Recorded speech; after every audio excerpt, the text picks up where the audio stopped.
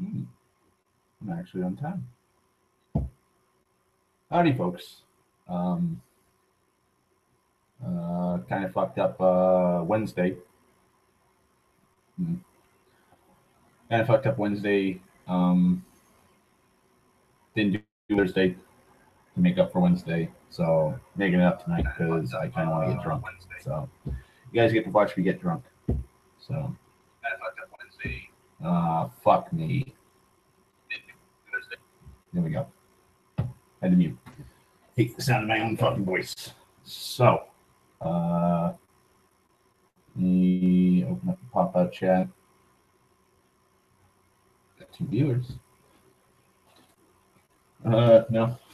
Can't open the new one. Can't open up the new one. I gotta finish off this. I am drinking Jim Beam. Good old bourbon whiskey. My nice skull shot glasses. So, drink them if you got them. That's one. That's two. Update. Chris did not come into work the entire week. And I know that because I picked up my check today. And my check was not in the drawer, but I saw Chris's check in the drawer. He always picks up his check. I'm drinking gin bourbon. I have that much from the night me and the missus spent the night. There was another bottle, but I kind of drank that before she showed. And I just grabbed another fresh bottle of that. And if I drink through that and I have nothing else to drink, I have good old McCready's favorite J&B Scotch whiskey. And about a bottle of that. That was for a special occasion. Fun times. But yeah, Chris did not show. And oh Christ. I forget what we fucking did Wednesday. Oh yeah, that's right. We used Agent Orange Wednesday. How could I forget? I still have the chemical burns on my hands, the black spots. And also, my hands are kind of darkened because of the burns. Yeah, actually, this one's kind of clearing up better than my left hand. So, yeah, that insane crap. Also, I have to write down my hours. So let me write down my hours for today. I called in. I'm not coming in tomorrow, and that kind of fucking blew up in my face. So that's adding on to why I want to drink today.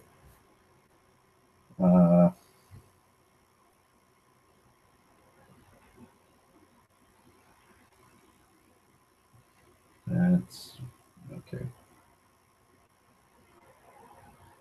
And nothing tomorrow. So that is kind of a shit check next week, but fuck it. Fuck it. Making fucking $200.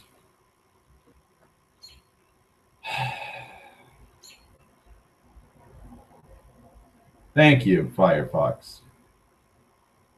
Thank you, Firefox, for fucking up and you know what? Give me a second. I'm gonna try something. I'm gonna try something.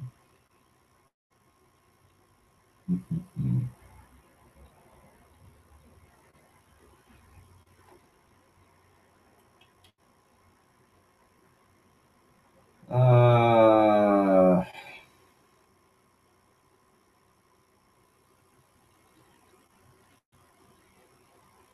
okay, that's working.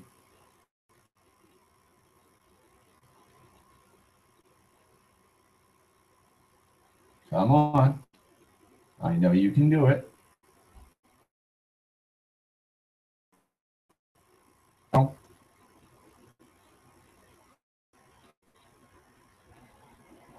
I'm going to try and transfer the stream Firefox because I forgot. And I'm not even drunk yet. So let me set these fuckers up. Set those up. What are you drinking, Dan? What's your choice poison? Come on, Chrome, you son of a bitch.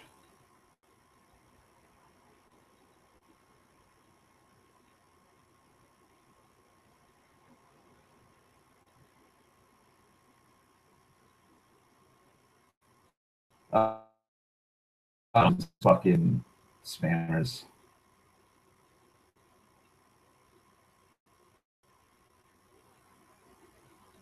Darth Vader 1551. I love your video. Keep it up, smiley face. I want to start making YouTube videos soon too. www.patreon.com/their fucking name. It would be great if you gave me a drop.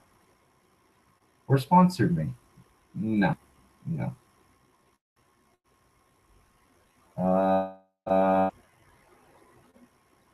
I hate fucking Google Chrome's fucking notification system where it's like, oh yeah, we're just gonna keep having fucking pops for YouTube. Like, oh, these people are live. This video came up. This video was uploaded. Fucking Christ, please stop. No more. None. I don't care about the fucking. I don't. Just stop, please. Okay, no. All right. Fuck it.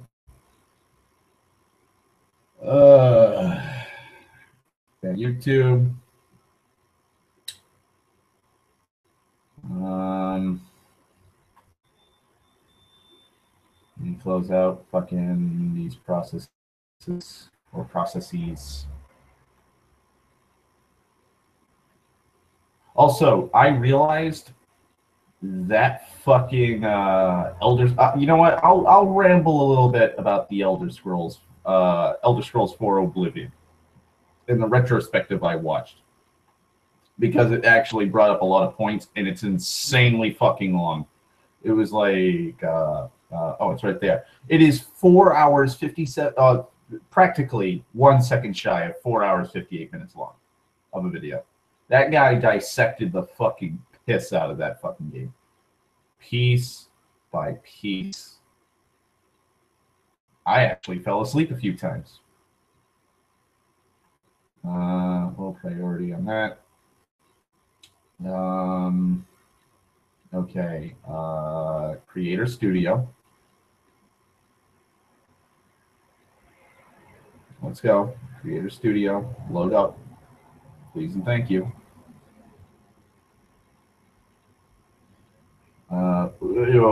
Vodka.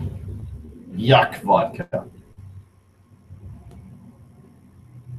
Oh, I fucking despise vodka with a passion. I cannot drink it. Well, let me clarify. I can drink it. I'm actually going to get a hangover. Also just makes me sick, like just the pit of my stomach just churns and curdles. Ugh. I've had nothing but horrible experiences with vodka. In fact, one time I actually hallucinated because it was the most bottom shelf of bottom shelf. I believe I've talked about it. Live now, 3 watching now. Zoom hangout on air. We're gonna see. Open that tab, mute said tab. That way I don't hear my voice for a second time on the same fucking stream.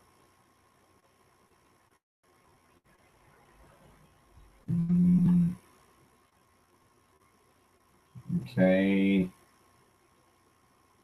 Let's go. Resume. Here we go. Thank you. Load it up. Because once I get in, then I can close out. Just fucking close out all Firefox, and then I can just I can have a lag, no issues.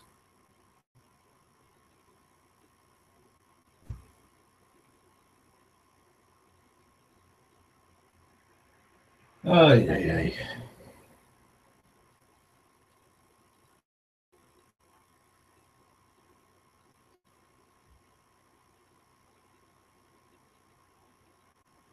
Yep, same thing I got. Same thing I got. And that's the same short version of the comment, or paraphrasing.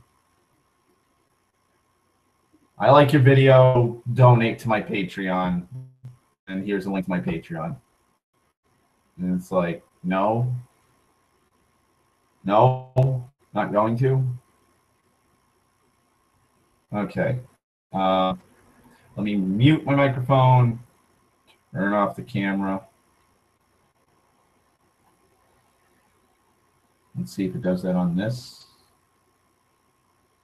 No. Okay. Well, that's good.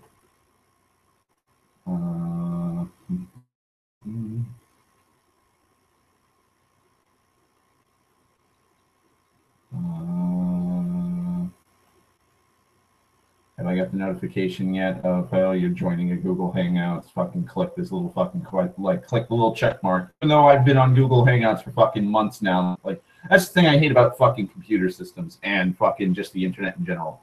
Where it's like, hey, you're on this site all the time.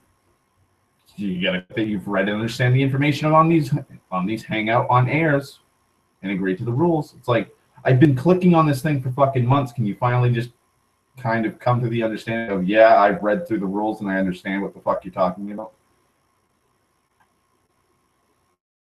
Jesus fucking Christ, Google.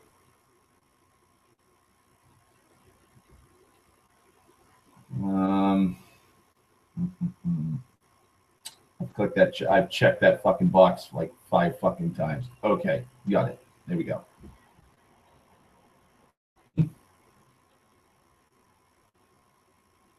I don't know how this is going to work.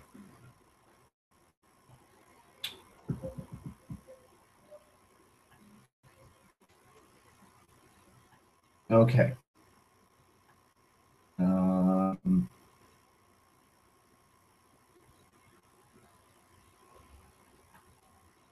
I'm going to end process Firefox.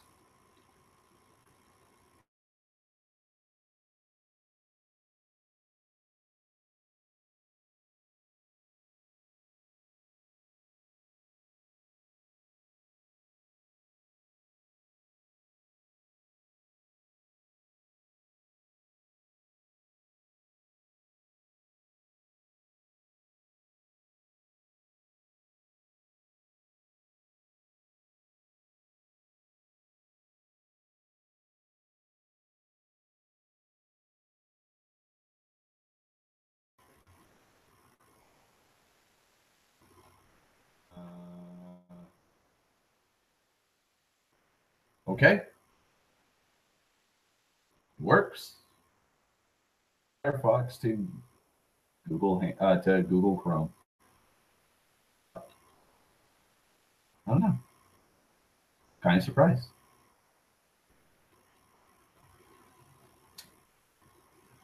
So let me pop out the chat. Move you guys right into that corner. My computer. Minimize that. Awesome. Oh, wow. I've got 4 viewers now since moving over to Google Chrome. Yay. All right. So how do you want to do this, Dan? Do you want to take shots for shots, or do you want to take shots like at the same time? Because there's probably a delay. Also, I'm taking this hat off because my head's fucking itchy. Oh, I love my hat hair. It's a nice mane.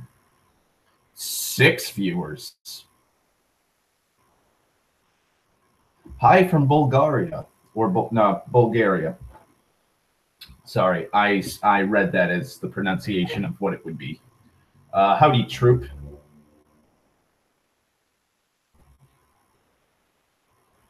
Oh, hey, Vinny. I wish I had some acid. Also, my fucking poison of choice is Jim Beam. And I've got, I put 2 shots into 2 shot glasses, so I got this much. I also have one, and then I got a half bottle of J&B Scotch whiskey mix or blend. So, okay. 1 through 10, shot for shot. So I take a shot, you take a shot. 11 through 20, we both take a shot. We count down from 3, and then we take a shot. It's a 12. Oh, it's such an intimate moment with me and Dan.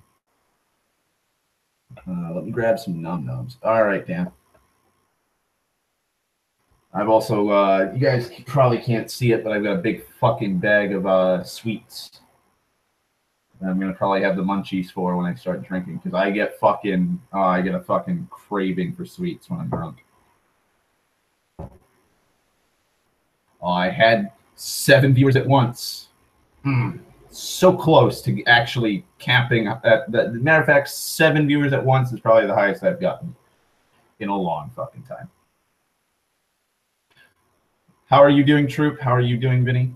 I might as well ask before I start getting shit-faced. Don't want to forget.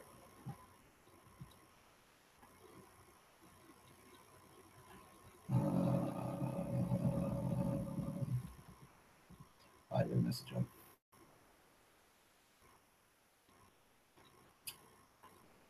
I have to respond to that. Yeah, maybe I should just get drunk on my streams. Apparently, that ups, like, just putting Drunken ups the viewership. So I'm on Facebook Messenger, you son of a bitch. Okay. Fuck anything up. Yeah, moderation. Thankfully, I have a fairly high tolerance, just from years of fucking drinking. Oh, I will drunkenly ramble about that topic. We said. I mean. All right, Dan's back. All right, Dan, do you have your shot ready?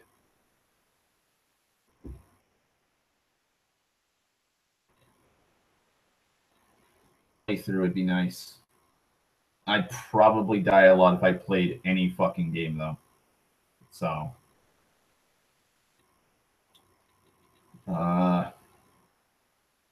somebody is viewed said message. Okay. Just let me know when you get your shot ready, because the thing is, I'm going to pop off, for every shot you take, I'm popping off 2 shots. I usually have 4 of these things or 5 of these things lined up, and I just pop 5 just right there at the rip. Oh God, what did I fucking used to call it? I think the firing line, because I would have all 5 lined up, and I would just have them all filled right to the top, and I just pop all 5 consecutively. I'd wait an hour, and then line another 5 up, fire them all down, and rinse and repeat. All right. Cheers.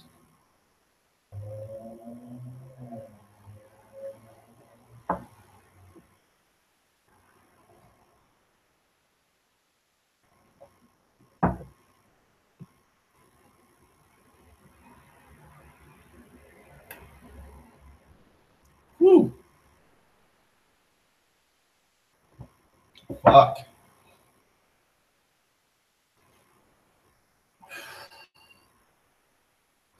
Tell you.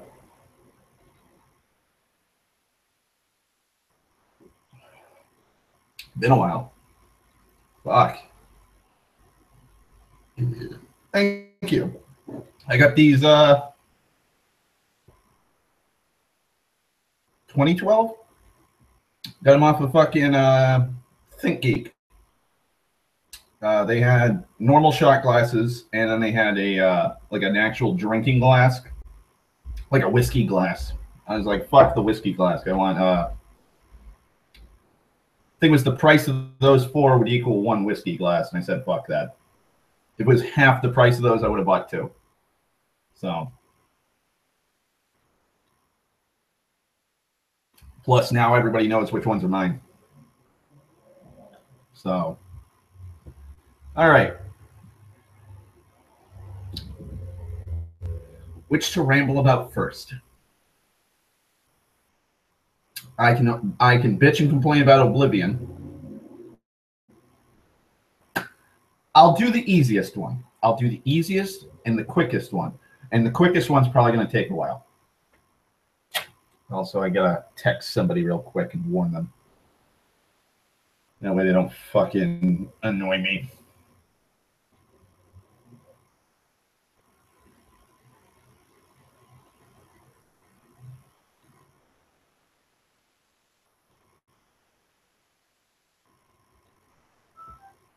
All right. So, does anybody here watch Film Theorists? Matt Pat's second channel, because he released a video today that's pissing me off.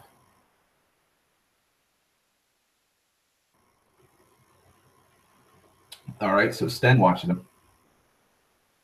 All right. I'm not sure if Dan does. But so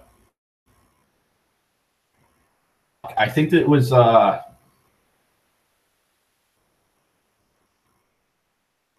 see, it's July now. I think it was in March, February or March. Mentioned this. Basically, in the Film Theorists opening, thing you see is Spider-Man swinging on his web, and then it freeze shots and starts to form into like a blueprint pattern, and you see all the calculations and trigonometries as to his web swinging. Months ago, at the beginning of the year, I actually started nitpicking that, going, why the fuck does he have that in his fucking opening if he's never done it? It's been like 2 years since he opened up Film Theory, and he hasn't fucking done a goddamn thing about Spider-Man. And so he made this video, and it's about web swinging, and it makes no fucking sense, and it's actually quite fucking stupid. The character he's talking about, Spider-Man, defeats his whole argument. So he talks in the video. He talks about how it up with spiders have an open circulatory system instead of a closed circulatory system. Humans have a closed circulatory system, which means our blood just constantly keeps filtering through. It goes through all our organs, then goes back to the heart, gets oxygenated, rinse and repeat. And so when you go through G-force, when you experience G-force, the blood gets pushed down. And that's why you have people blacking out, having nausea, so on and so forth. Okay, makes sense. Then he talks about how spiders have open circulatory systems, and they can just pump their blood however they want. Is the muscle, and they can control when the blood goes anywhere. Okay, makes sense. Then he goes, Spider-Man would be dead if he swings on his webs, because he would suffer 3 Gs minimum. And when he lands all dramatic like he does in the comic books, the TV shows, the cartoons, the movies, experiencing, oh God, what was the number he put out?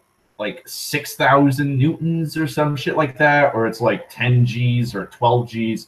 And that would literally press all of his organs into his rib cage, and they would just rupture.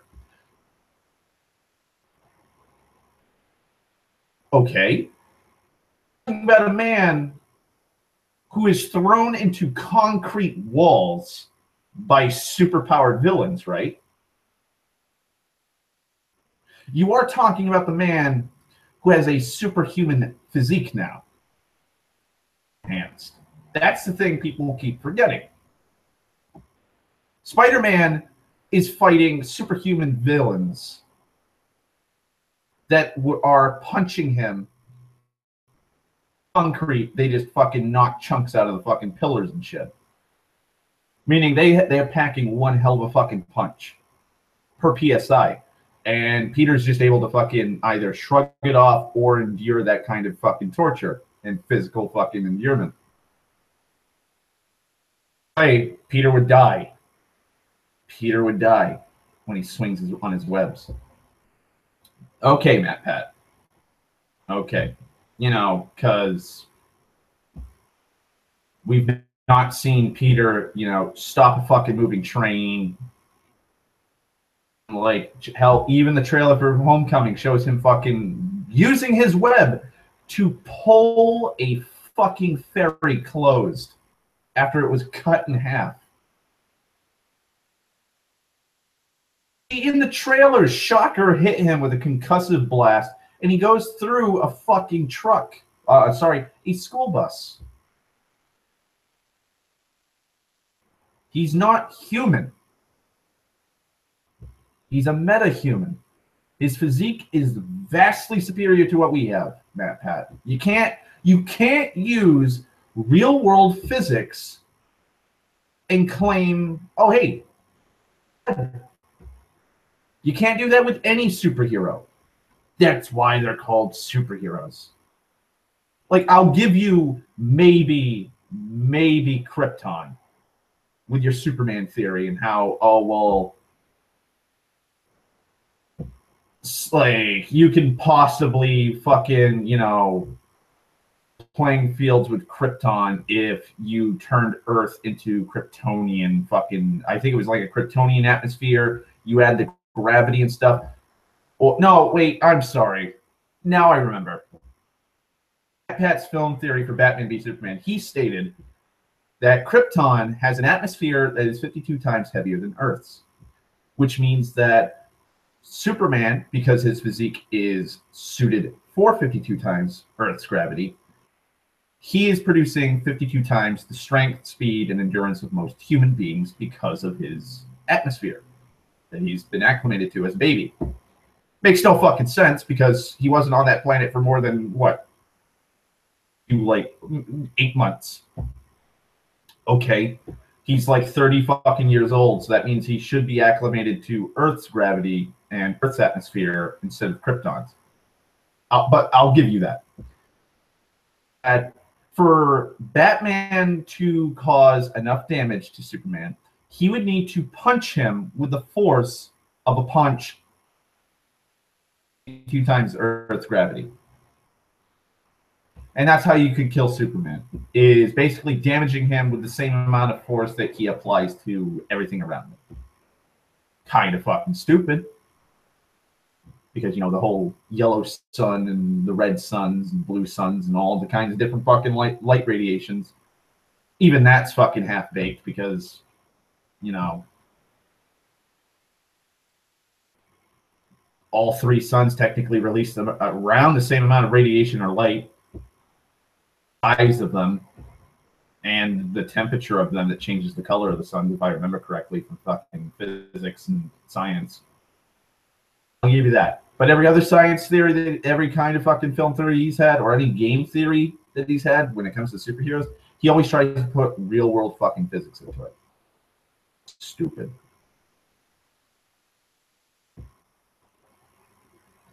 Exactly. Magic can kill Superman. Has killed Superman. In fact, that's kind of what killed. Remember if Doomsday in Dawn of Justice had kryptonite in him.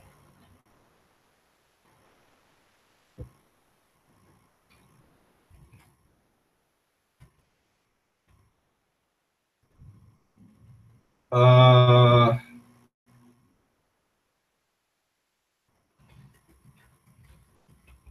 okay, sorry. I need to respond to somebody on Facebook. That's my ramble. Matt Pat's an idiot. Go figure. Like his game theories and his film theories have just gone from actual theories to clickbait, which is annoying.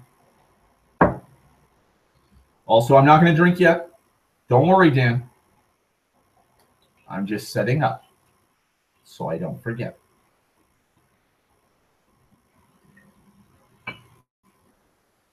I'm probably going to fucking take a shot and then swig some fucking Coke down because gold. Mm-mm. It's starting to get its plus the heat, so it's kind of starting to fucking sour a little. But yeah, kind of slowly diving downhill.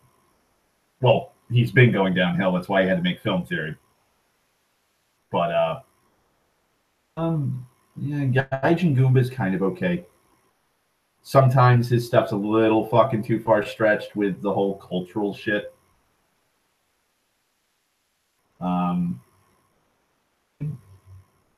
Austin's my favorite. He was my favorite when he was on Shoddycast with the whole science thing where he fucking does all the math and shows how fucking insane it is. Shits and giggles, though. That's the thing. That's why I like Austin's videos. Because he's not going like, well, he does say it doesn't make sense in the universe on some level. But he points out, like, if this were to actually exist in the real world, this is the equivalent of what it would be, and this is how fucking infeasible it is. Like microfusion cells from Fallout 3 or just Fallout in general. Is to jump in power armor because of the sheer weight, the G-forces your body would suffer. He's pointed out the insanity of Pokeballs. Portal doesn't make any sense because of the basically wormholes you're creating and the sheer amount of energy and heat produced for those portals. That one was a pretty fun one. I wonder if Angry Joe still loves playing multiplayer and single player. I actually have never watched. I've watched 2 Angry Joe videos.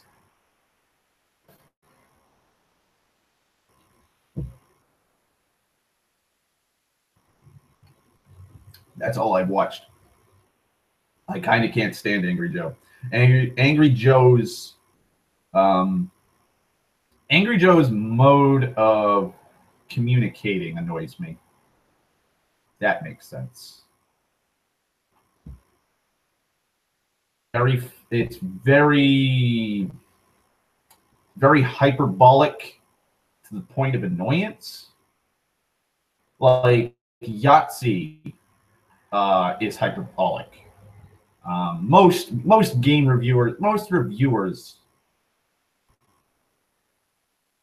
but for some reason, just I don't know, man. He just gets right under my skin. It's like, I don't want to watch you anymore.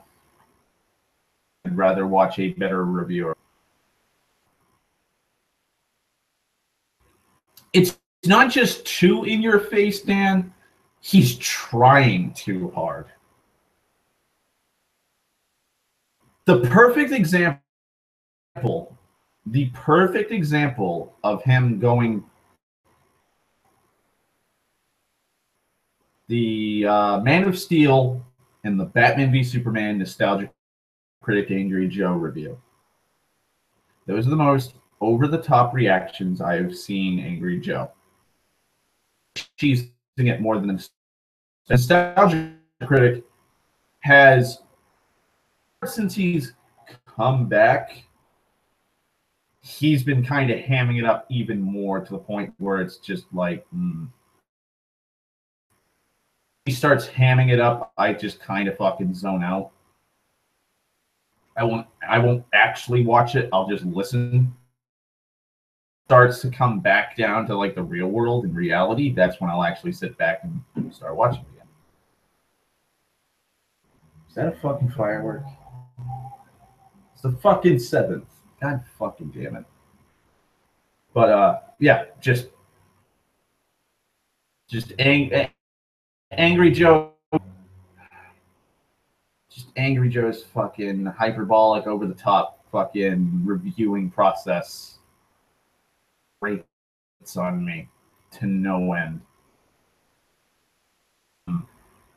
His Alien Colonial Marines video is one that I watched. That one was annoying. And then, Christ, I can't remember the other one. I cannot remember for the life of me the other one that he did that I watched. I would say, Dan, I'm not sure if you watch Paul Zigo. You should. Paul Zigo's awesome. He's doing now, which is awesome. I love more Paul Zigo videos. That good peasants. Channel is called Cinema for Cynics, and it's like 4-minute, 5-minute reviews where he just tears the shit out of movies. Yet is his Alien Covenant. I felt so bad for Paul Zigo because I would watch him live when he first started doing his Ideology live videos. And I was sitting in the audience watching. He was so happy to watch. He could not wait to watch Alien Covenant. He was like, it's going to be awesome. We're going back to it. Fuck Prometheus. Ridley Scott's bringing us back to what was great about the series. We're going to see xenomorphs again. An alien movie. It sounds like an alien movie. It just movie. And I can't wait to watch it. And he was fucking hyping it up and hyping it up and hyping. And the night he watched it, he looked so fucking defeated, and I felt so bad. I felt so fucking bad for him. He never seen someone so disappointed with a movie.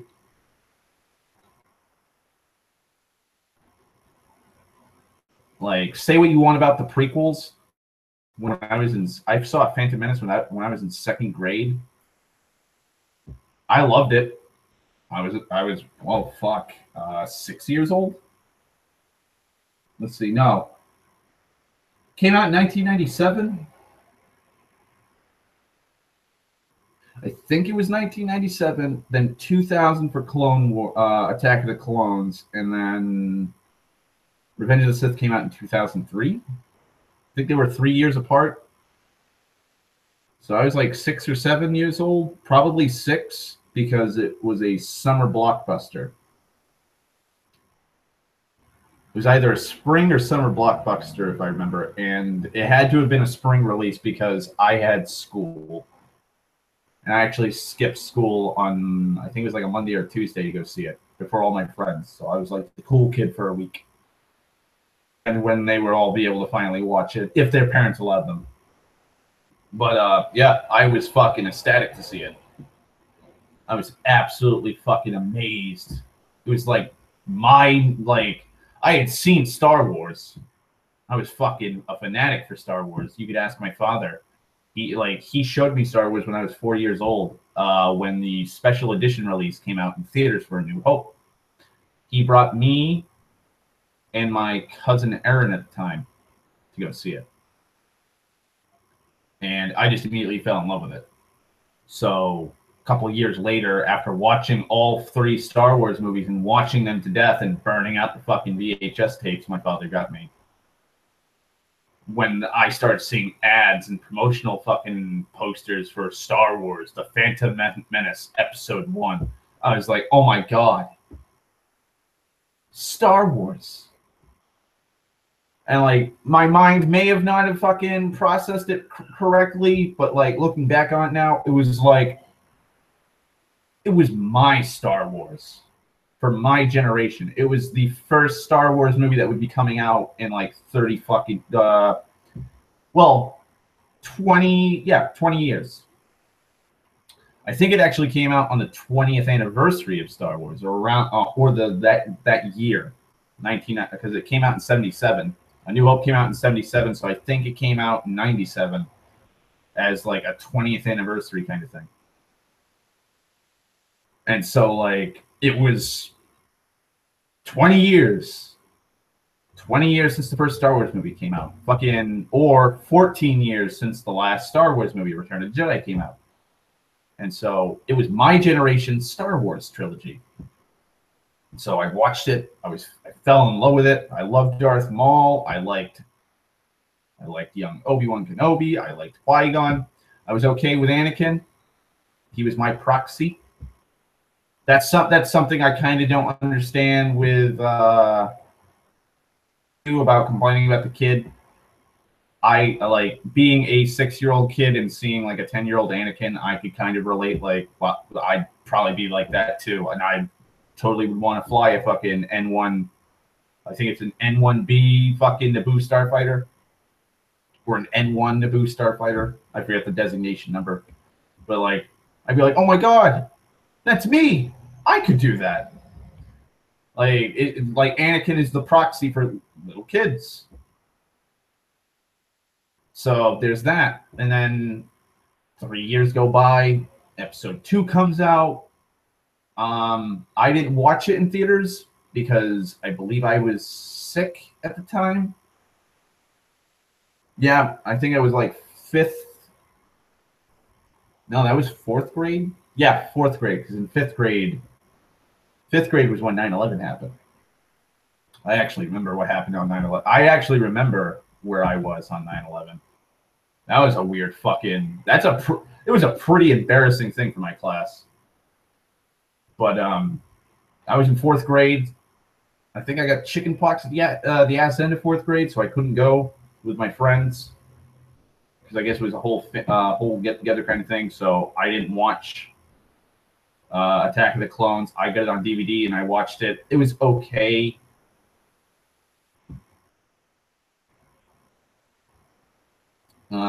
So I kind of fucking just things I liked about Attack of the Clones, which I still love to this day, are Jango Fett, even though he's just a Boba Fett proxy. Well, technically Boba Fett's a proxy now because Jango Fett. The Kamonians, I like how they're like these weird genetic fucking. They're just these weird geneticists that live on the fringes of society, and they're the best cloners, and they invented cloning, or they've perfected cloning. I like the Phase 1 and Phase 2 clone trooper armor. I like the rifles, the weapons. I like the LAAT gunships. I like the ATTE walkers. Like all of the Grand Army of the Republic's ships and vehicles are fucking amazing designs. They're just flawless. Retro. They have a very Star Wars, like an old school original trilogy Star Wars look, but at the same time they're new. Like it's the perfect amalgamation of what a Star Wars movie should do. Take something that's familiar, buy it so that it's wholly its own thing. I liked the Battle of Geonosis. I liked the battle in the arena. Count Dooku was okay. The whole fucking romance subplot I could give fucking 2 shits about. Like, I was vastly more interested and fucking invested in Han and Leia getting together as a fucking 4th grader than I was about Anakin and Padme. Obi-Wan was okay. I liked how he was sassy the whole movie. And then, yeah, I was 13 when Revenge of the Sith came out. I skipped school. Yeah, I skipped school. No, I didn't skip school. I actually went to the midnight release, watched it, slept for like 2-3 hours, and then I went to school and I bragged about how I got to see it. And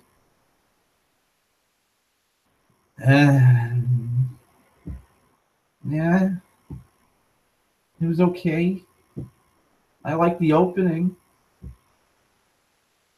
I liked Obi-Wan for the most part. General Grievous was kind of a letdown after watching the fucking Clone Wars animated series. God, what a fucking case of blue balls that was.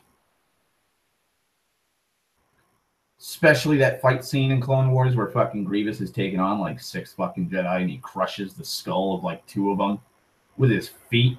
He steps on the Shaggy proxy, the Padawan that's totally not Shaggy. Fucking crushes him. Fucking the weird like tusked underbite fucking dude tries swinging at him. He fucking just grabs him with his fucking foot, crushes his head, throws the carcass. Fucking cuts down another Jedi. He fucking cripples Ayla Secura and Shakti. They're near death. Fucking Ki-Adi-Mundi is fucking fighting him to the fucking very bitter end. And then here comes the ARC troopers. Mundi's shirt's ripped. He's all fucking battle scarred. And he just starts screaming, shoot him down. And just the whole fucking ARC trooper battalion just starts just lighting up that whole fucking interior. Plus, it takes place in a crashed Acclamator starship. That's a badass fighting ground. Plus, not to mention, the whole fucking thing is still surrounded by like 2 million battle droids. Like, just awesome. And then fucking Grievous is just running around, like, just a perfect fucking fight.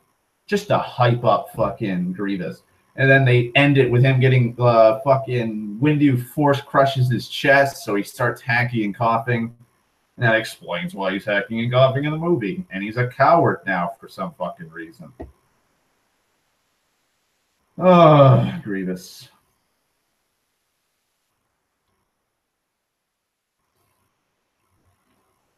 Also, heroes on both sides. That makes fucking sense.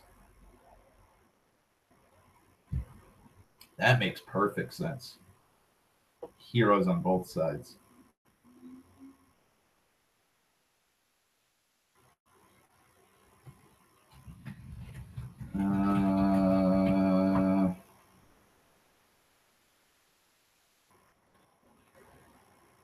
Oh my god. Oh, my back.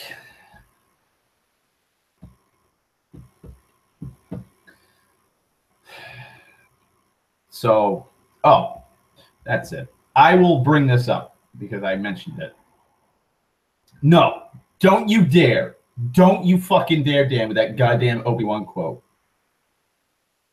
What I did tell you was the truth from a certain point of view. Fuck you, Obi-Wan, you son of a bitch. Even as a kid, I called you out on that. Certain point of view. Technically, I didn't stab you from a certain point of view. You know how many ways you can fucking change from a certain, like you can use from a point of view or a certain point of view, just piss somebody off or just make yourself look like an idiot. Technically, I didn't have the high ground from a certain point of view. And it's like, no, you didn't. You did, Obi-Wan. You were 20 feet higher than fucking Anakin. You had the high ground.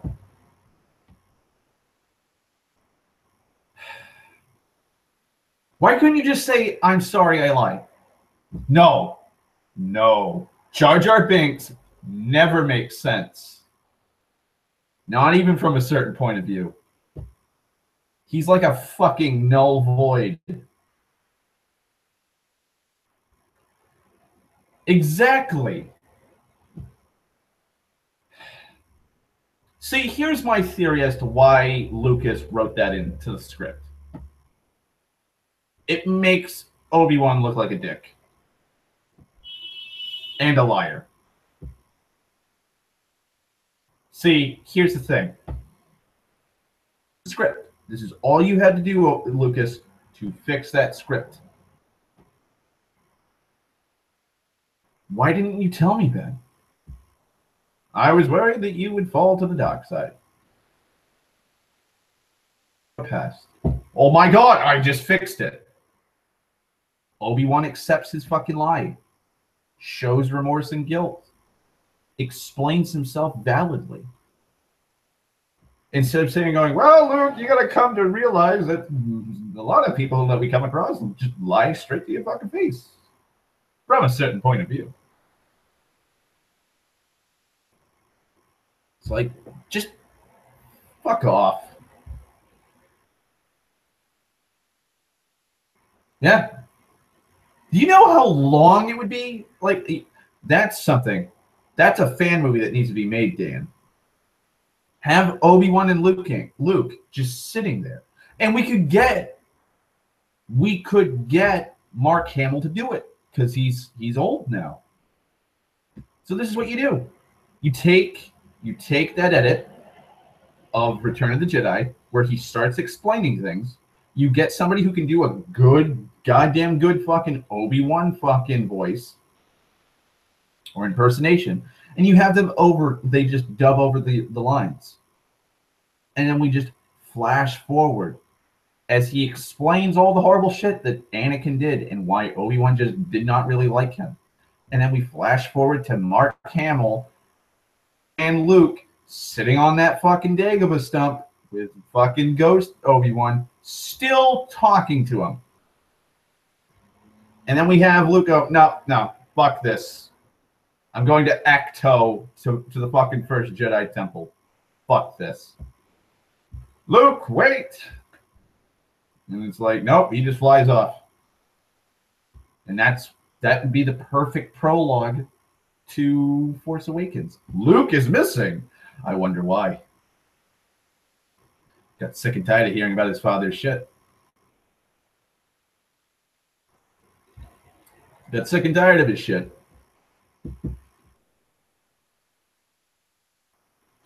See, I had an idea for what they could do, but I realized that a lot of people probably would be against it. I felt that what they should do, and I'm probably going to be called a heretic, and I understand. It is a heretical view, an ideal, or idea. Remake the original trilogy. It's going to happen sooner or later. Why not just do it now? We've already done the prequels from 97 to 2000 to 2003. Ewan McGregor's getting older now. He wants to do more Obi-Wan. Be Obi-Wan. That's all you got to do. You already have one casting member. The guy who plays Winter Soldier, something Sebastian, or Sebastian something, Sebastian Shaw, I think is his name. He looks like a young Mark Hamill. Have him be Luke Skywalker. You could find a Carrie Fisher analog, and you could find somebody that could kind of look like or pass for fucking Harrison Ford. You don't really need them to look like the original actors.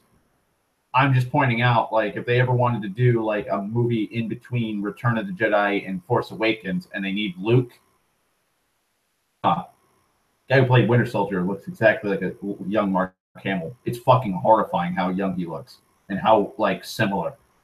But they could do him, cast him immediately.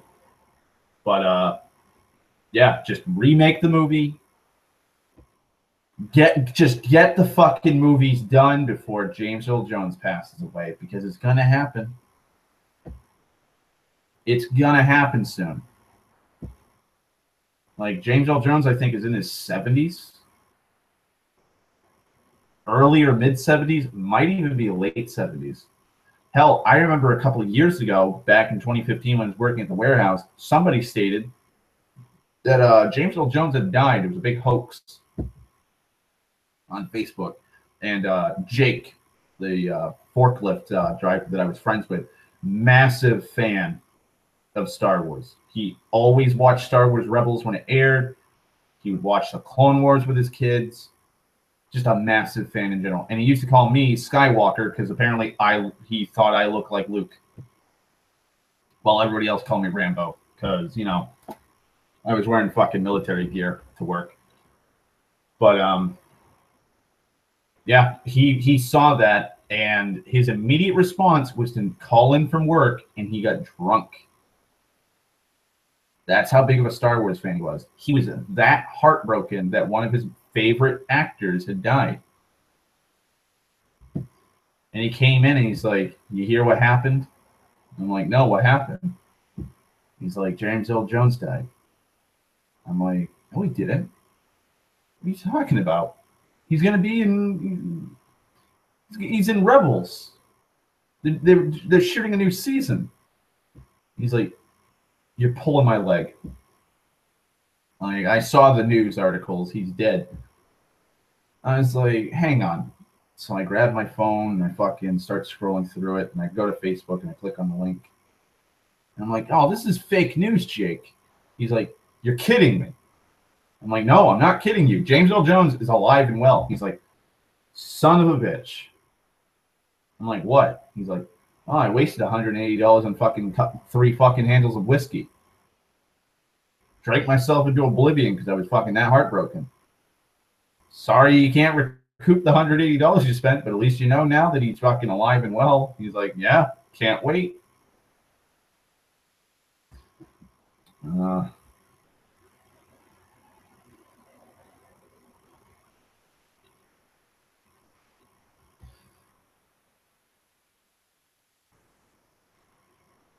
Give me a second. So I got to clarify something with my father because he's a fucking idiot. Oh my god. Okay. So, I think it was 8:50. I took those shots. 8:50. 9:30. Another 20 minutes would be an hour. Contemplating taking those shots.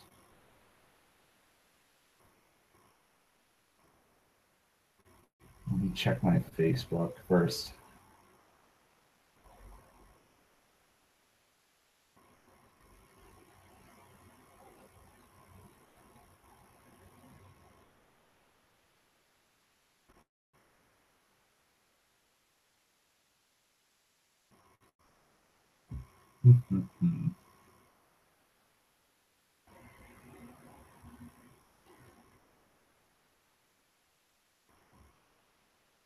Oh, that's right. I have to check.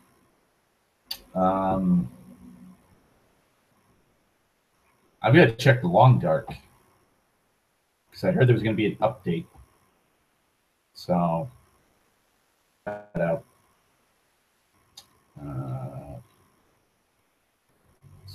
Oh, that's right. I'm using Chrome, not fucking.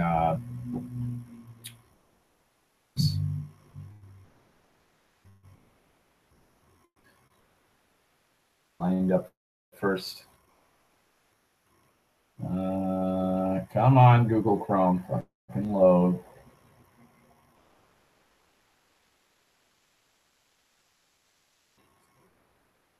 On.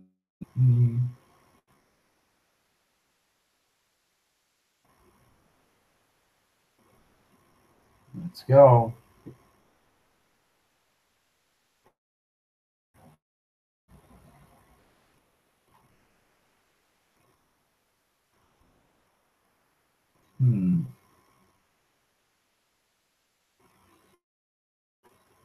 See, I want to smoke a cigarette, but I can't. At least in some of you guys just sitting there waiting, fucking smoking a cigarette. I feel like that's kind of asshole.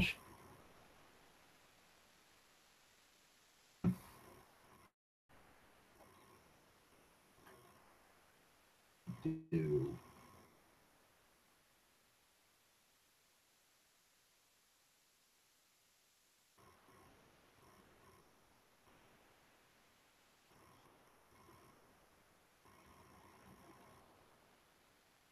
Ay, ay, ay.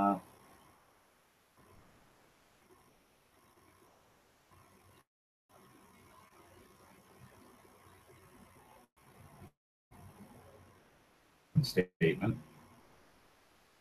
Have waves too. Yeah. Major bodies of water can have waves.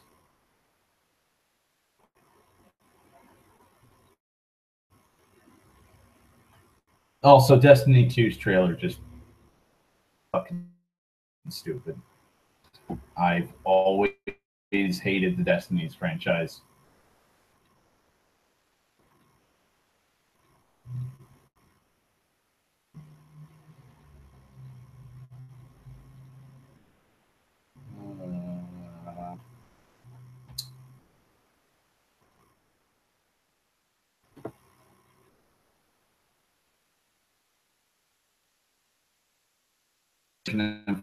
Halo.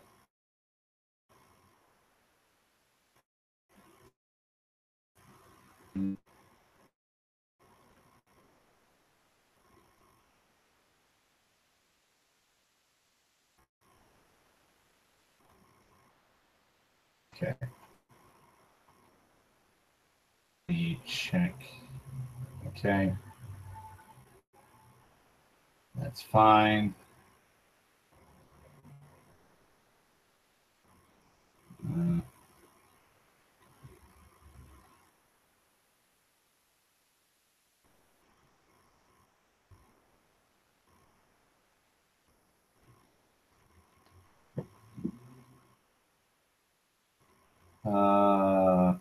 Okay.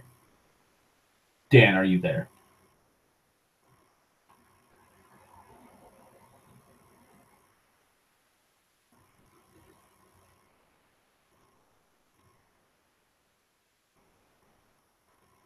Okay, I'm not gonna fucking keep standing there, fucking freak people out, thinking, oh God, I think the stream froze.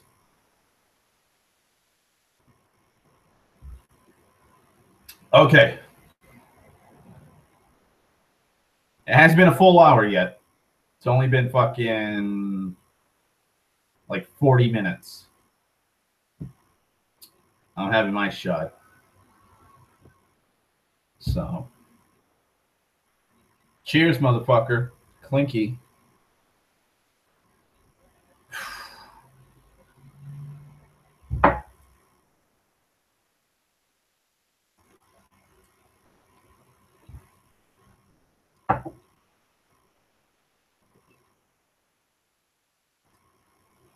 Christ. I remember, I think it was, oh Christ, when did my ex come over? I know it was a Saturday.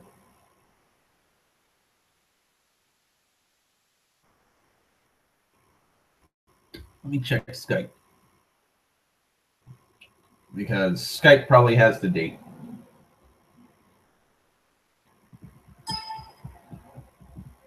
Okay.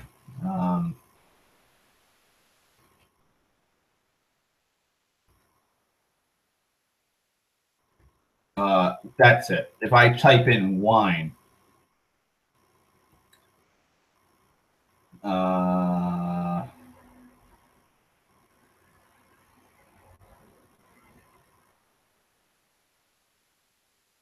okay, so the 24th of June, June 24th was when she came down, or came up here to the apartment. Christ. I gotta calculate how long ago that was. 24th. Wow. 2 weeks. Okay, so it's tomorrow makes it 2 weeks since my ex came over. She sat, and hang on, I will try not to break you. Fucking whiskey burps. So she sat in that fucking corner of the bed, and what happened was, which is funny, she did not bring the wine. So she was like, "Oh, well, what are you drinking?" So I was like, "Oh, I'm drinking Jim Beam bourbon whiskey. What else?" She's like, "Oh, I can't believe you can still drink that. Pour me half a shot, please." And she took that half shot like a champ, and then she kind of started gagging. So I had to give her some of my fucking drink. So, good times, laughing, giggling. My father can't even look at a J&B Scotch whiskey mix without fucking gagging. and almost throwing up because he got he got alcohol poisoning on it. Drank a whole handle to his face, I think when he was like 18, 19. And so ever since, just the smell, if he smells it or tastes it, it'll make him fucking throw up. And that's pretty much my fucking drink of choice, save for Jim Beam and Jack Daniels. I've been in a Jim Beam mix or kick lately, so I'm like, fuck it.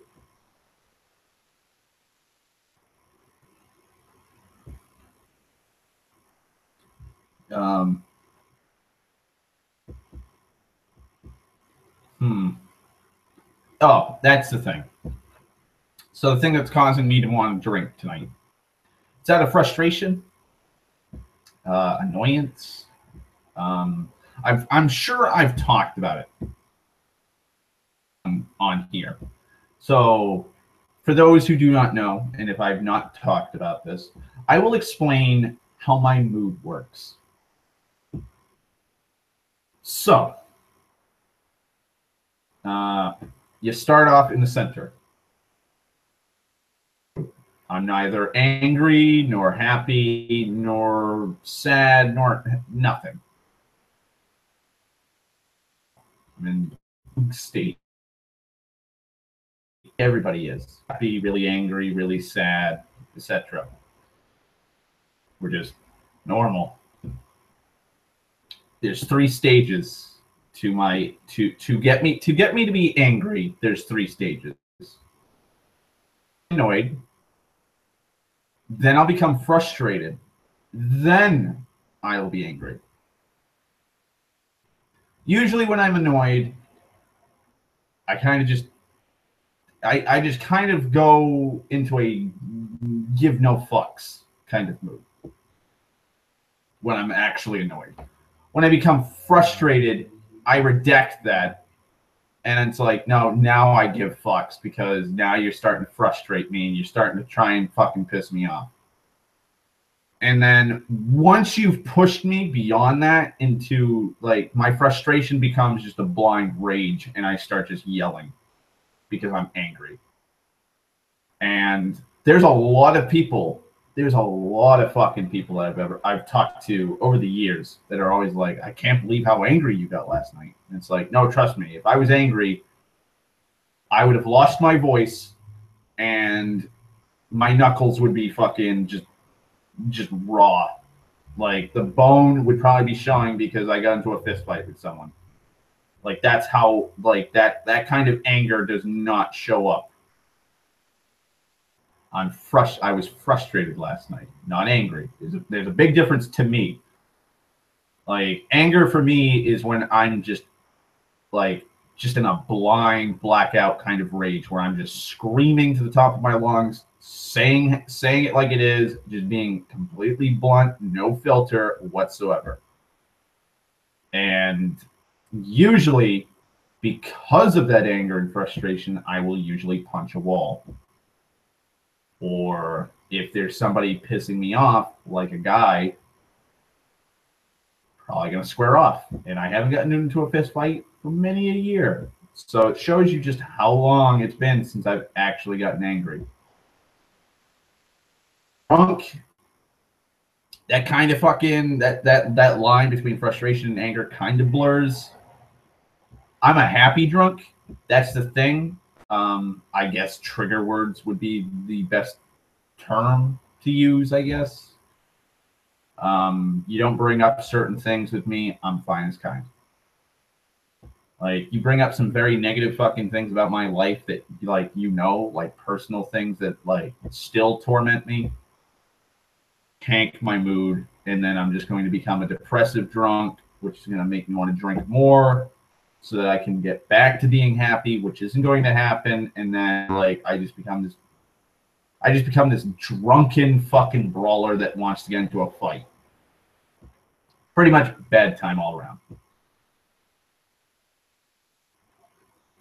And so, yeah. So I got frustrated today. So the 24th, I was working at Donald's, minding my own business. It started raining. Like we started early around 6 o'clock in the morning. It started raining around 9. We got let go for work. I was sitting there, fucking $600 in my pocket from like a couple days prior from when I got my paycheck. I hadn't put it in the bank yet, so I was like, you know what? Fuck it. I'm gonna go for breakfast. And I haven't told anybody this story yet, so I've been kind of sitting on this thing for about 2 fucking weeks, and I only loosely told you and Dan Sten about this, or I told both of you guys just the vague vagueness about it. And so it was drizzling. It wasn't really that hard of a rain, and so I was like, "Fuck it! I'm just gonna walk to the breakfast place I always go to, which is just fucking probably like a 20-30 minute walk from here. And sit down, have a nice big breakfast, probably 2 breakfasts. That's it, and then just enjoy myself for the day."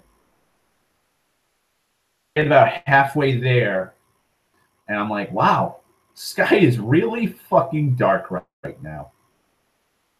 Immediately, downpour. I'm talking, you could barely see probably 10 feet in front of you.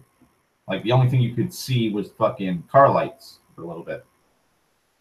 And then the thunder and lightning kicked in, and I just sat under the overpass so I didn't get completely soaked to the bone. So I'm sitting there minding my own fucking business, and I get a text. And it's from my ex. And I'm like, "Oh, hey, what's up?" She's like, "Where are you?" I'm like, "Oh, I'm out of work now." She's like, "Oh, I was just in the industrial park bringing my friend a coffee." I'm like, "Oh, okay." She's like, what are you doing now?" I'm like, "Oh, I'm walking to get breakfast. I'm fucking hungry." She's like, "Oh my God, do you need a ride?" So I'm like, "Well, I'm almost at the breakfast place. If you want to have breakfast," because we had been spending, I don't know how fucking long. I think it's been since February. At that point, since February, I was trying to get her to hang out. I was like, "Oh, well, like, I can pay for your breakfast. Money's not an option when it comes to breakfast because I'm going to probably be eating 2 breakfasts myself. And I'll throw you some gas money. And that'll compensate you for the time spent, like, out of your busy day because you're the one offering. I don't know if you have plans today or not. And then the gas money to bring me from the breakfast diner back home. And then back to wherever the fuck you were. Or back to your house." She's like, "All right." And so the rain's not letting up. So I was like, "Fuck it. I'm going to get soaked either way. Might as well." So I just hoofed it all the way to the breakfast diner. My sweatshirt was completely drenched. My pants completely drenched. My boots completely drenched. My lunchbox completely drenched. So I walked in there as like fucking the hobbits when they came into the Prancing Pony in the Fellowship of the Ring. And I sat down at a fucking table, put my lunchbox down. It just squished. Water was just seeping out of it because it started decompressing. I just ordered up the biggest breakfast I could. I think it was like 5 or 6 eggs scrambled. 5 or 6 eggs scrambled. Large side of bacon, sausage, corned beef hash, white toast. Double order of home fries. 2 blueberry muffins grilled, a large orange, 2 large orange juices, and a cup of tea. First order of breakfast. And so the chick was like, "Okay, are you sure you're going to be able to eat it all?" And the cook, her name is Sam. I've known her for a while now because I've been going there a lot. And my father and I have been going there for years now. She's like, "Oh, don't worry about him. He can eat it." So she's like, "All right." So she gave Sam the order. Sam started cooking it up, and my ex texted me again. And she's like, "Well, where are you?" I'm like, "Well, I'm at the Little Phoenix, the breakfast diner I was at." I was like, "I'm at the Little Phoenix right now. I'm sitting down. I'm eating my breakfast. I'm waiting for my breakfast. I'm gonna be here probably for an hour. So you got more than enough time to get here." She's like, "All right, well, probably gonna be running late. I'm doing some errands and I'm helping my family out and driving here and there, so I may be a bit." I was like, "That's fine. I'm gonna be here for a while now. I gotta dry off." So I'm sitting at a table. down so we can sit down and actually talk in person for once after like 2 years of not seeing each other. Everything will be fine.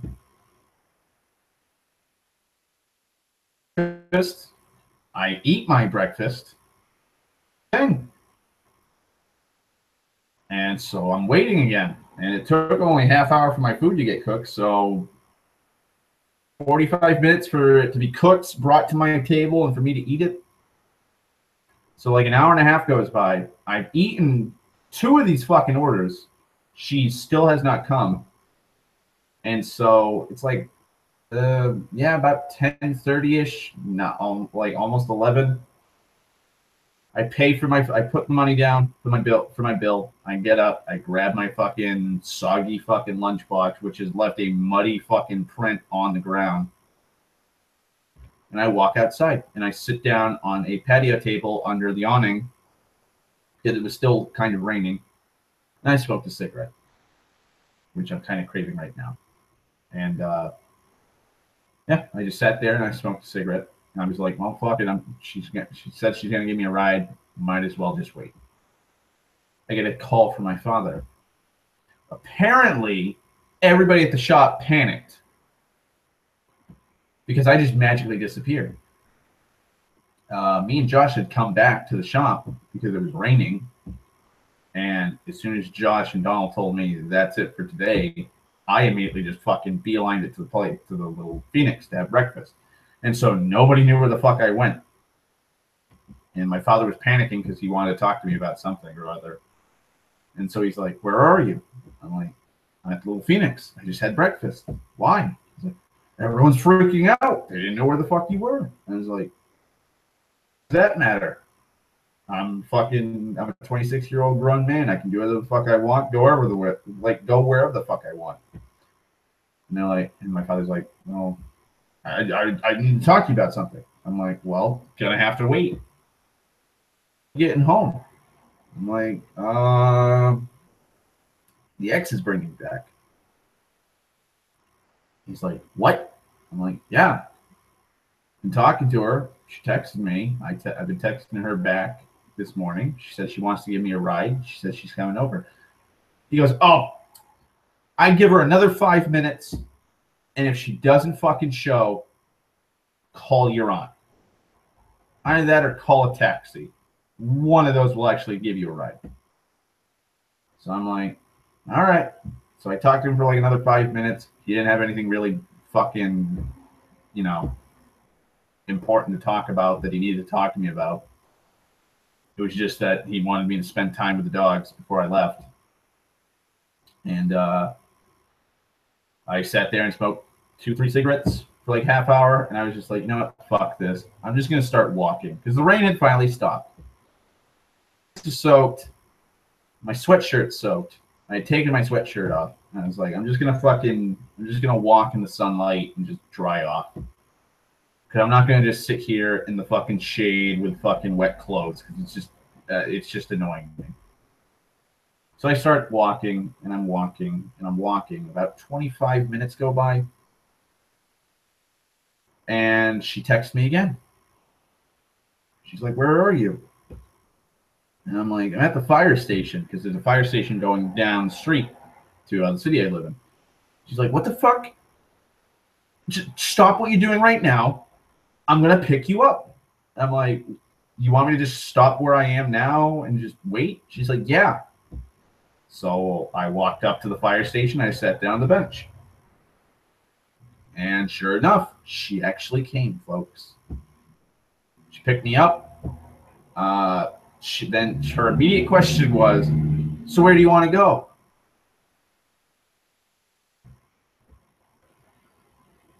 I don't know. I'm fucking soaked from head to toe. I kind of want to take a shower. I'm tired because I just ate 2 massive breakfasts. I kind of want to go back to my house like I was talking about, like we had agreed or arranged. And so she's like, well, we can go back to my place. We can go back to your place. We can go wherever the fuck you want. I'm like, it's up to you. So she brought me back to my place. So we go back to my place. She pulls up. I had to give her the directions, even though she should have remembered where I lived, but she had forgotten. So she pulls up, and I'm like, like, you can come in if you want. Like, nobody's gonna bite. Like, free to come in whenever the fuck you want. She's like, okay, I guess I can go up. So she came up. I got her a water. I got undressed. I fucking put on dry clothes. I fucking threw my clothes in the washer. And we just sat there and talked for about an hour and a half. And one thing led to another, and I asked her, do you want to spend the night here? And she's like, yeah, I can stay for a few hours. I'm like, no. I didn't ask, can you spend a few hours tonight here? I asked you, can you spend the night over here? Do you want to spend the night here? She's like, oh. I'll think about it. I'm like, all right, I'll be waiting. She goes, she had to get dressed to go, she had to go back to her place so she could get dressed to go to work, and we started texting. And so one thing led to another. I think a few hours went by. I was doing something. I think I was playing a video game, or I was doing my podcast at the time. That's it. I was doing my Art the Lad podcast. I think it was part 2. It's the shortest one of the series so far. Because I was like, I want to be just in case. Because she gets out of work at like 10 o'clock at night. And I think I started it late. So I was like, I want to kind of I don't want anything to fuck up. So I'm like, all right. I do the podcast. I'm texting her during the podcast. And so I'm like, awesome. What do you want to do? She's like, do you want me to bring something over to drink? Now, where my stupidity comes in. Because I'm an old-fangled man. If you text me and say, do you want me to bring over some drinks? Or if I invite you into my place and you say, do you want me to bring over some drinks? I'm not going to be thinking about booze. It's not the first fucking thing that comes to mind. I'm not a drunkard. No, the first thing that comes to mind is soda, juice, fucking tea, coffee, something that you'll be drinking while we're hanging out and talking and having a conversation. So I'm like, well, if you want me to stop at 7-Eleven or like a gas station or a fucking grocery store, I can grab you anything to drink. She's like, no, do you want me to bring over wine or something? Immediately, I go into panic mode because I already know what's going to happen. Everybody should know what happens. 95% of the women I've known throughout my life, when they get drunk, they get horny, which leads to intimacy, which leads to a clusterfuck of sorts. And I'll get into that in a second. I won't go into the nitty-gritty, like dirty details. I'll just do the oh fuck. That's it. I'll do the paraphrased. So I'm like, yeah, fine. I'll go down. I'll grab a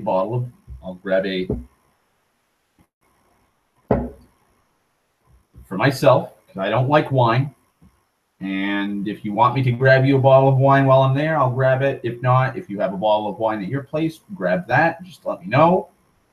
You might want to bring a fucking wine glass if you want to be all fancy, because there's no wine glasses here at this house.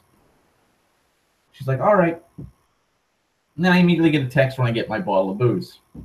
Oh, damn. I totally forgot I had a party to go to. I totally spaced it out. I'm going to go in there. I'm going to talk to him for a little bit. And I'm going to try and leave as quickly as possible. So already I'm thinking the bitch is fucking throwing me through a loop. She got me all fucking excited that we're actually going to meet, hang out, spend the night talking. and actually burying the hatchet in person finally, after not seeing each other for like 2 years in person.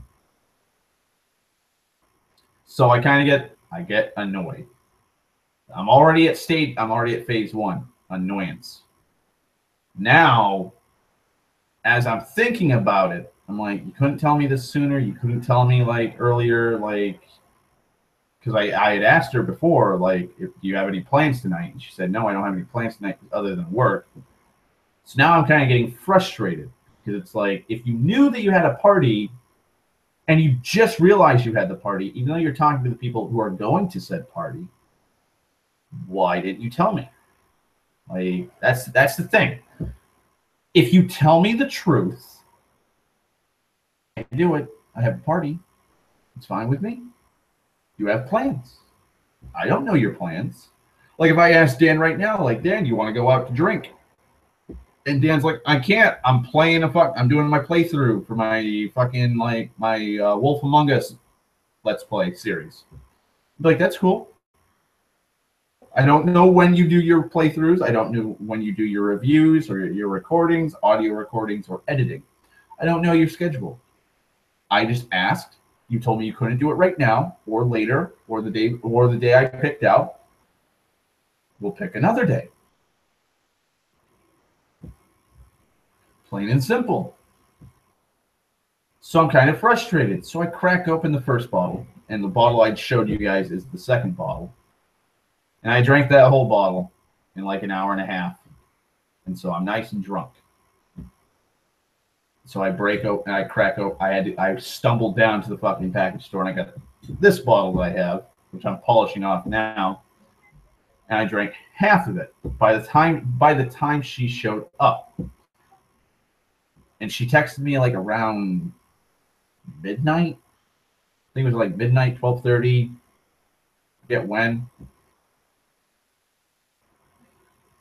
And so she's like, "Oh, sorry, it took me so long." Like she had gotten to the party like an hour and a half prior. She's like, "Oh, I'm sorry, it took so long. I totally forgot. I spaced out. Kind of got wrapped up in a bunch of things. So I'm coming over. I'll be there in like 10, 15 minutes." I'm like, "All right, just a warning." And then so she starts worrying, asking, "Oh, well, why are you drunk?" And blah, blah, blah. And I just told her the fucking truth because I was drunk and frustrated. I was like, well, it's kind of fucking suspicious that you kind of tell me, hey, blah, blah, blah. And you don't tell me about blah, blah, blah. So kind of annoyed. She's like, well, I'm going to be over there, so I'm going to spend the night. Okay. She comes in. I fucking stumble up the stairs. Thankfully, didn't fall. Embarrassing. And we sat down and we had shots. We had shots for like an hour and a half, 2 hours. We were just shooting shit, talking.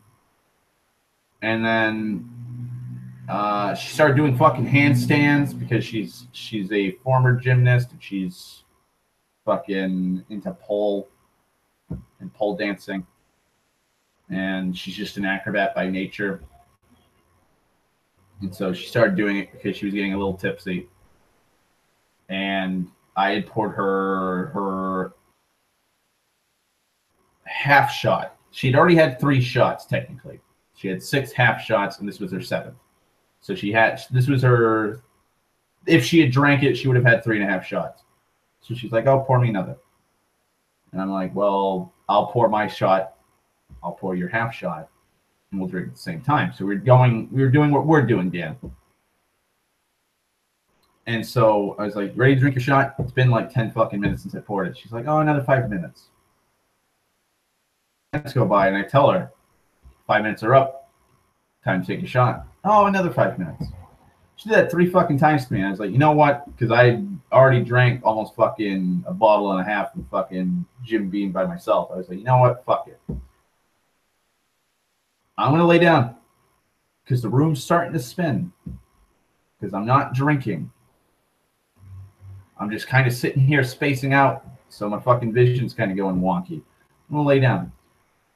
And so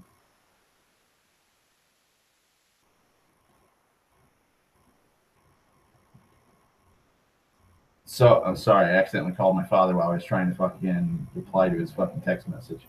So I laid down, then she laid down. One thing led to another.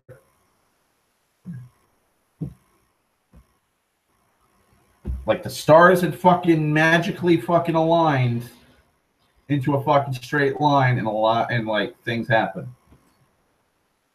It was weird. So she spent the whole night. She left in the morning. That was it. Sunday morning. She came up. We hung out Monday. That following Monday, we hung out for a few hours, and I had made plans with her to spend the night again together because we were both drunk, and there was this kind of awkwardness because we were both drunk at the time. So I was like, well, no whiskey, no wine, no nothing. Together, spend the night sober. And one thing led to another. There was some drama going on in her life Monday, so she couldn't make it. So she wanted to postpone until the day after, which was Tuesday, which she never showed. And so we've been fucking trailing on and on, trying to fucking make time for each other. Well, I've been making time. She hasn't. That's the thing. That's the thing that's been frustrating me. Because me and her were talking over the last few weeks, and she was telling me that she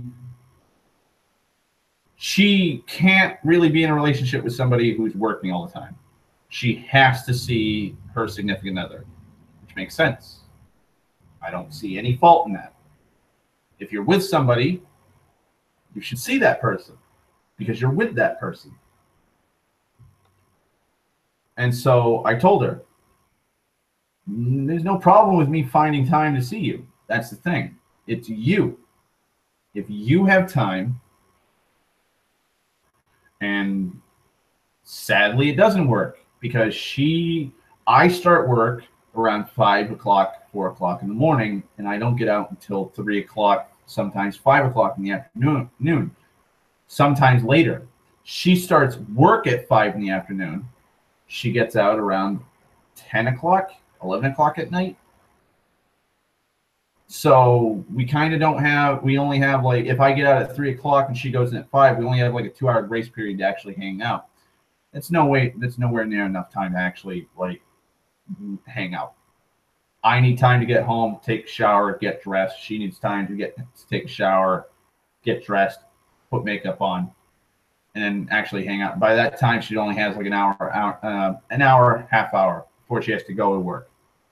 So we barely have any time. But on Mondays and Tuesdays and Mondays and Tuesdays, technically she has time because she starts work at like 10 o'clock in the morning and she gets off at like 2, 3 o'clock in the afternoon. And she's free the rest of the time. Except on Mondays when she has her pole dancing classes. Tuesdays, though, she's free. And so I was like, all right. Well, this week, he kind of got fucked out of pole class. And she never misses it. She's constantly told me this. She will not skip pole class. It's the one day she looks forward to every week. Because a lot of her friends that she's made over the year, I guess, in pole class go to the same class she goes to or the course she goes to.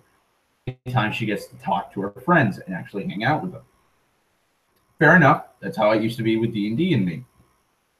I used to look forward to playing D&D because it was the only time I could actually sit down, relax, shoot the shit with some friends, and enjoy some Dungeons and Dragons. So she missed it because she has 2 jobs. She's working part-time at a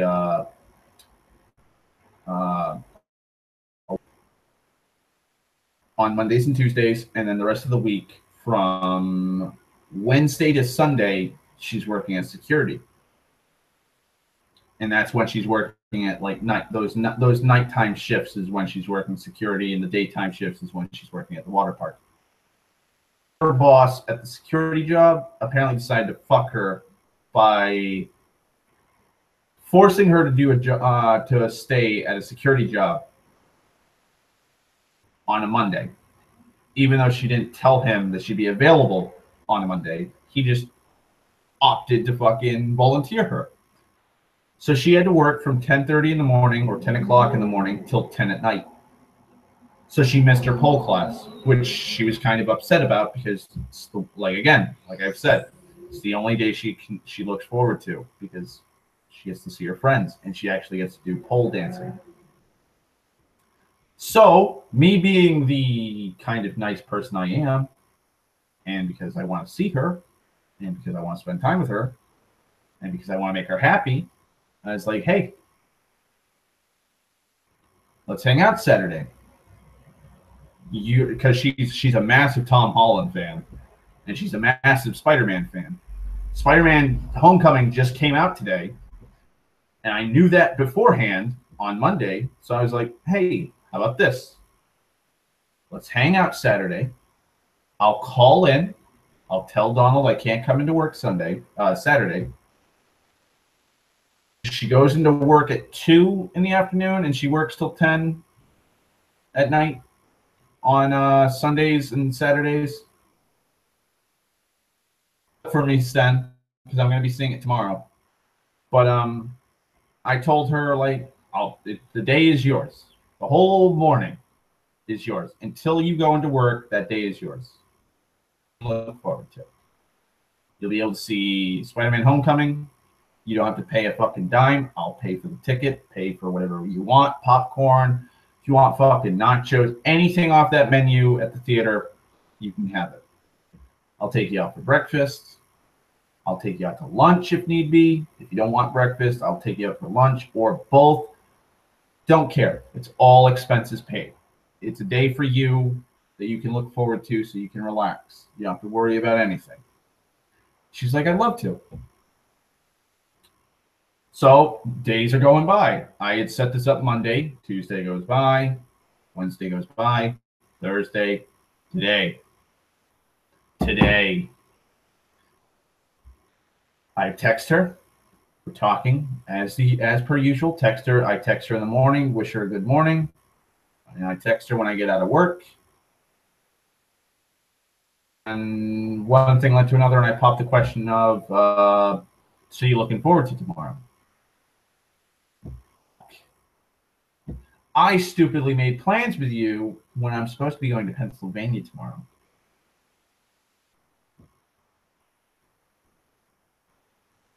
Why are you going to Pennsylvania? Well, you know, I do those races, those Spartan races. I totally forgot that I was supposed to be going to one. Those big, those big races where you probably have to schedule your name into the registry so that you can be accounted for at the race.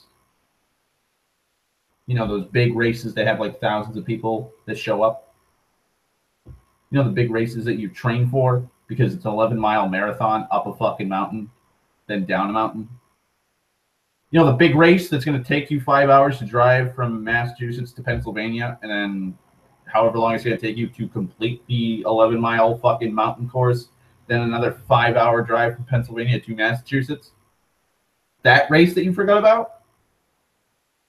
You just forgot about that. Okay. Well, fuck. Thanks for not telling me when I asked you, because I spent the whole week asking her constantly, are you sure you're going to be able to do it Saturday? If we can't do it Saturday, I'll bump it to Sunday. If you can't do it Sunday, we can bump it Tuesday night, and we can just have the night to ourselves. We can just do that. We can just do that. It's fine. Like, I'm in no rush. Well, I'm kind of in a rush because I kind of want to hang out with her because, it's my ex. I still have feelings for my ex. But at the same time, it's like I'm kind of trying to keep my distance, but at the same time, I don't want to keep my distance because it's my ex. we're kind of in this weird limbo state of not really fuck buddies, not really in a relationship, but we're kind of more than fuck buddies. So we're in this weird limbo state between the two. Either way. And so, yeah, I was like, I'm totally fine. If you can't do it, we'll pick another date. Just somewhere, sometime soon. So, like, sometime soon, yet sometime before, like, sometime during the week or something. I forget how I worded it. Basically, I'd be able to actually hang out there, which would be Tuesday or Saturday or Sunday. She's like, okay, I'm fine. We can do it Saturday. I'm like, all right, I'm holding you to it because I don't want plans to just fall through again because you forgot about something or you just changed your mind. Give me a second. I'm gonna turn that fucking fan on so I can have a cigarette because I don't want to fucking leave you guys while I'm rambling.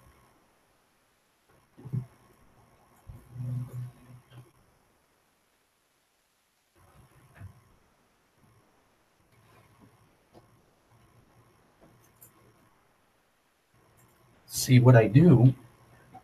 Oh wow. I'm already a little tipsy. That's weird. Yeah. I did technically have a shot before I came on. So I've had 4 shots in less than fucking 2 hours. Sorry, Dan. It smells like the. Okay. Have you ever, because Sten's from the U.S., so sorry, Dan, if you don't know about this, but Sten, you know when you go to like any kind of store, could be a gas station, could be like a Rite Aid or a Walgreens or a fucking CVS, any kind of place where they have the iconic Santa chocolates. Like it's Santa Claus. It's like a Santa Claus chocolate thing, probably about that big. And he's all wrapped up, and it's Santa Claus on it. It like these smell like the chocolate. It's not cheap chocolate. It's like a gradient higher than that. It's like the ones you like the Santa Clauses you can get. Yeah, the ones on the also they're on a popsicle stick or a lollipop stick. Fucking love those. They taste so fucking good. But that's what these smell like. They smell fucking amazing. Just reminds me of my childhood. And that's kind of fucked up because that kind of implies that I've smoked these since my childhood. So, anyways.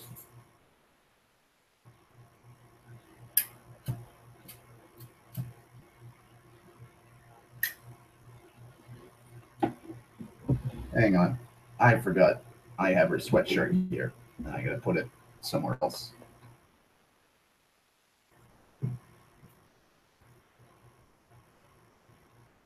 That way it doesn't smell like smoke.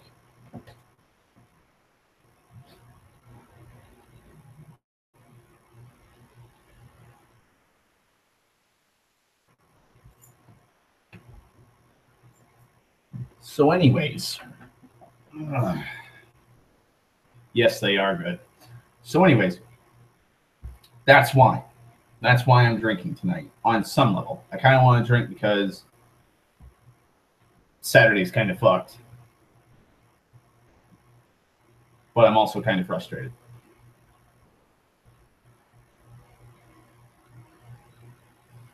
Because it's like, you're going to tell me, even if you forgot, like, I don't know. Like, I can't see a good outcome. You know? Because it's like, you're going to have to cancel plans with me or the race. You should cancel the race. Like, she doesn't have, I don't even think she pays for the race. Like, it's one race out of fucking like 30 she's done already this year. missing one's not really going to kill her. I think it's just I've done it kind of thing. It's not even like a trial or some kind of fucking thing where they tally up your ranking. Like, it's not that kind of race. It's just a endurance course for people who can say that they've done it. So it's like if she misses one, it's not really the end of the world. Pole class is a totally different thing, though, because, that's the one day she looks forward to, and it's the one thing that she actually, goes to religiously.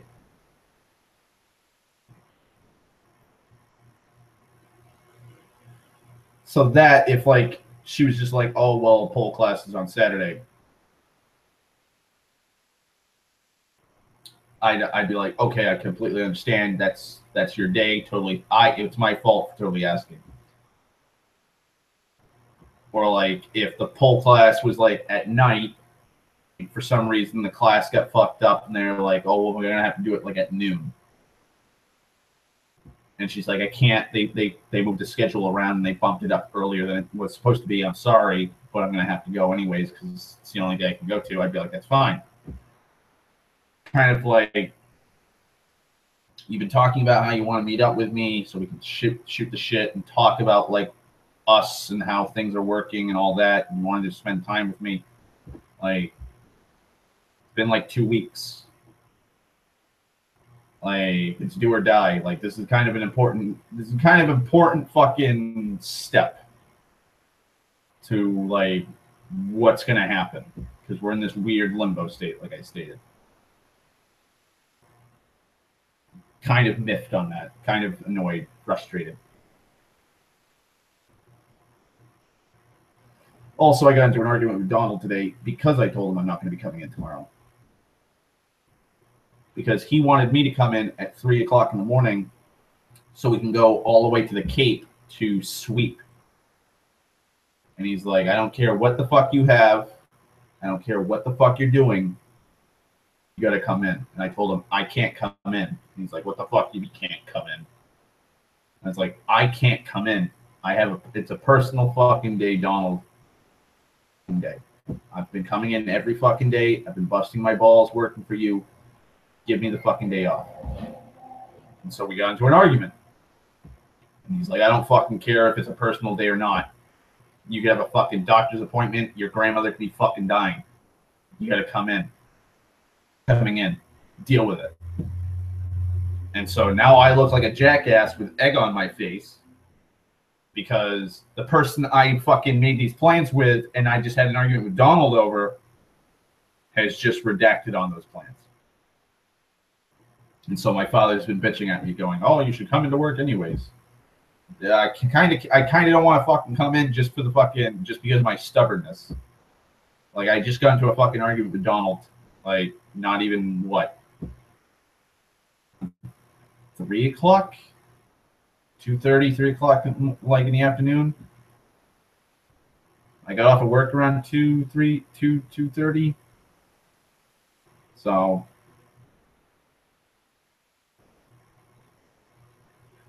told him it was a personal day. And I told him it kind of was important. I kind of just, can't just show up the next fucking day and have him sit there and fucking goad me and brag on, oh, it must have not been important. Like, fuck you, Donald. Seriously. Like, I had to fucking deal with Agent Orange Wednesday. My hands are still fucking chemically burnt because of it.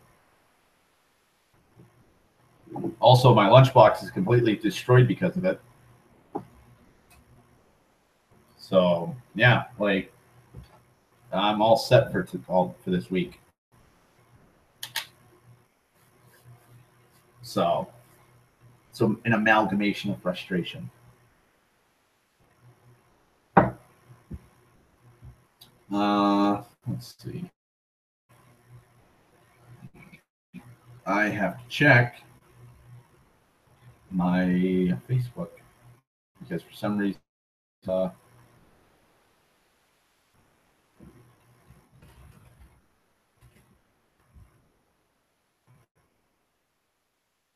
because And there's 2 messages.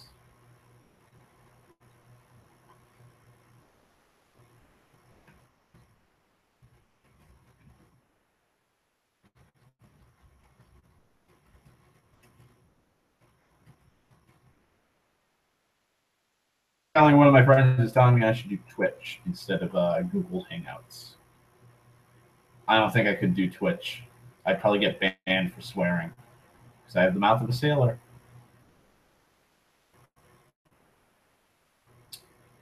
Yeah, it's Google Hangouts for you. Let's see. What else can I talk about? Oblivion thing. I know that.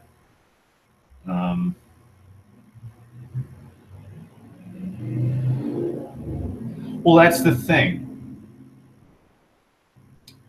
I was swearing in a chat stream one time, and I got, and it was actually Jen's stream, Happy Bunnies, or Jen as we all know her. She was streaming some game. I think it was some MMO she was playing that was on Steam. And I said, fuck. I think I said fuck once, and I got 15 minutes. And then when I came in, because I was annoyed, because I said fuck once, and I got fucking a 15-minute ban for saying something, I just went on a rant. I was like, Jesus fucking Christ, Twitch, why the fuck did you fucking do that to me? Like, this is the shittiest fucking thing I've ever seen Twitch do. And then my account got banned. So I had to make a new account. So I don't know if I'd get fucking blocked or banned if I actually started doing streams. I just keep saying fuck, shit, piss, cunt. So at least on Google I can fucking do it and not really give a fuck because I'm not being sponsored by anybody. Plus, I'm such a fucking insignificant little blip on the radar, it's not really going to fucking affect much.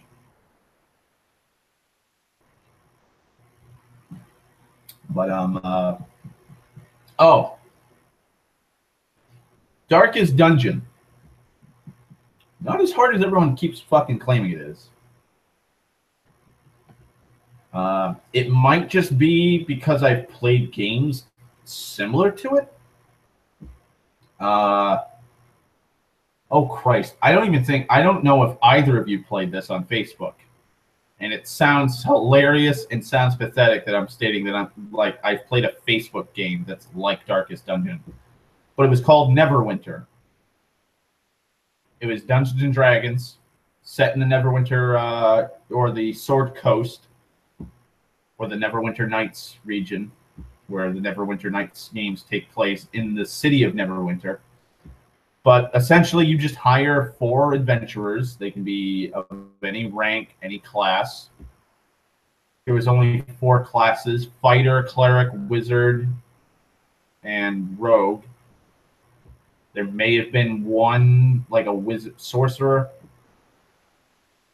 The Flash game on Facebook, they took it down because I guess they weren't making enough money for it. But it's essentially a more casual version of Darkest Dungeon, where essentially you just did quests. You were given different regions, just like Darkest Dungeon has, where there's different ruins and different locales where you go there, and you're given a quest. You items just like Darkest Dungeon, and they give you a gold output. And so you move through tiles, just like Darkest Dungeon. It's not totally like Darkest Dungeon, where Darkest Dungeon, when you go from room to room, you have to actively walk down a hallway, and there's little throw events and random encounters. Curio, or a trap, or a random encounter. And then you'll get to the next room. The next room might have a curio in it. It might have some kind of treasure with a fight, or a fight with a curio, or just a normal fight, or a boss battle. That's not how Neverwinter worked. Essentially, in Neverwinter, you just fought in an encounter, and then you would march through the dungeon itself until you get to another random encounter, and then you would fight the boss at the end of the dungeon. and you've cleared it. And then you would go back to town, you'd heal up, you'd buy supplies like healing potions or food, and you only have a certain and limited amount per day. And then once you've bought your limit, then you'd have to wait 24 hours for your stock, for the stocks at the market or the item shop for the blacksmith to fucking go through. And you could cheat through it by paying fucking real money for gems or diamonds, and then you could use those gems or diamonds to buy like high grade loot. Funnily enough, they got hacked, and everybody in the fucking on the servers got like 10,000 diamonds or gems or whatever the fucking real world currency was. So I was able to buy and max out all my characters, and they never fucking redacted that upon me. So that was pretty nice.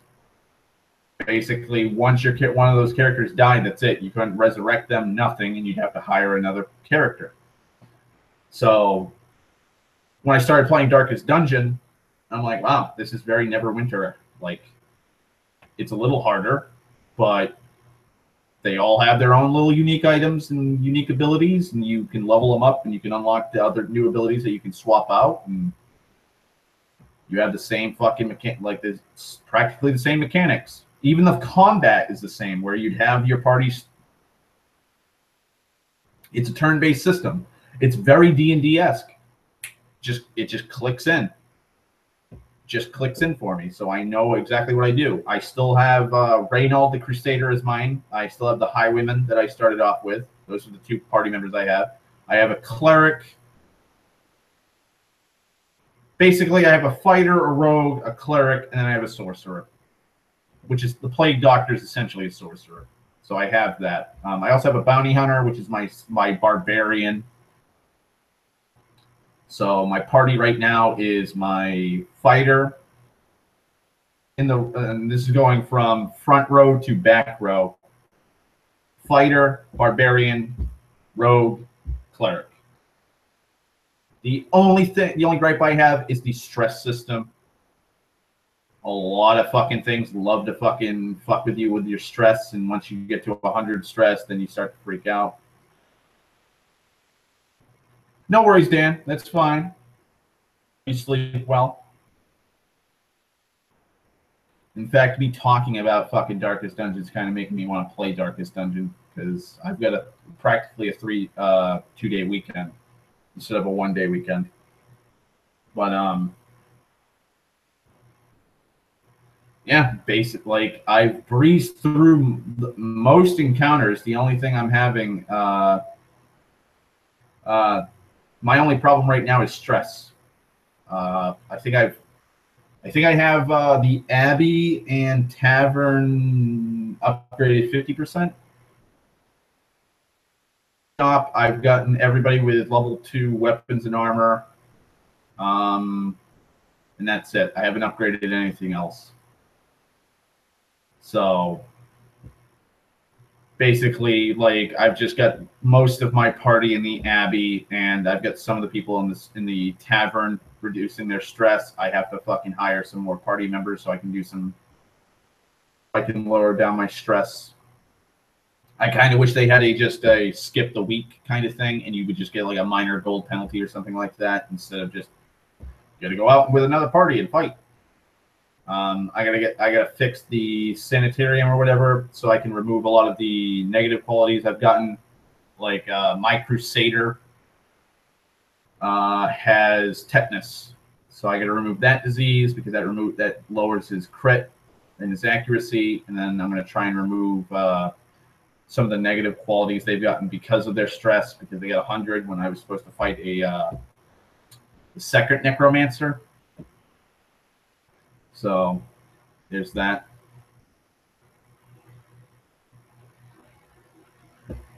So I've only lost one. The reason why I lost that party member was because I was like, I need to get the achievement. I might even I might do it just to get the TPK, so I can get that achievement.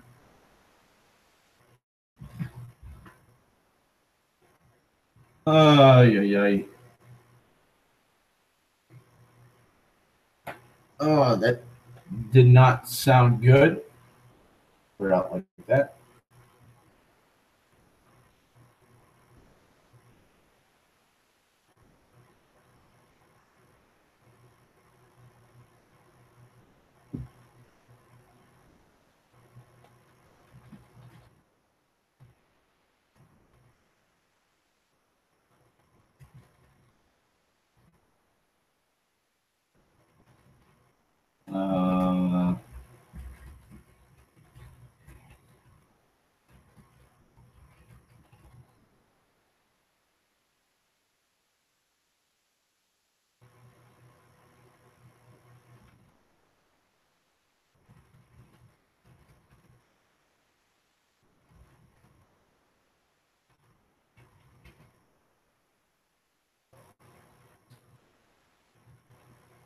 Okay, for some reason it was not picking up my typing, even though it was. It's a pretty good game, Sten. It can kind of get a little grating. They have the narrator, which is your ancestor. It's kind of roguelike-esque, I guess. Your fucking ancestor will constantly narrate the same fucking quotes, like, "You have broken their ranks. Continue the assault." It's like, I understand. I know how to fucking play the game. Like, I've only played like 3.5 hours in the game. I already know, like, yes. I've played Dungeons and Dragons. I've played games similar to Darkest Dungeon. I know how to fucking play this game. I know how to heal. I know how to fucking use the abilities effectively. I know how to fucking move ranks. I know how to fucking change ranks. I always get enough fucking supplies to hold me over. I know the food system. Ultima. Played Ultima before. I know that, like, oh, hey, you're going through a dungeon, you're going to need to bring food with you. I've played Dungeons and Dragons where the DM has said, like, you're going to need to have to bring rations with you. There's a reason why you have to buy rations. Rations are in your starter kit. If you're lazy, instant fucking build for equipment, and you buy a rogue's kit or a fighter's kit or any kit for your class, they always come with rations. I know it's a common sense thing. It's if there is food in a fucking game, they're gonna go, hey, I need that food because it's either going to heal my HP or I'm gonna need it so I don't starve to death.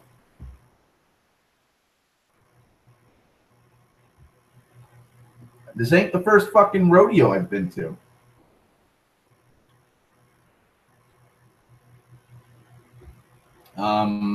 I think in Game Dev Tycoon, I think the only achievements I have yet to get are the. I need to make a game that's exactly 10 across the board for 4 reviewers.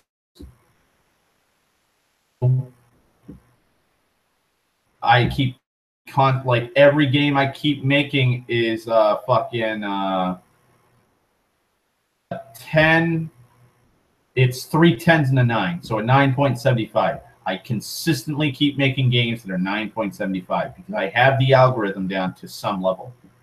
It's not the exact percentage. It would actually show you the percentages.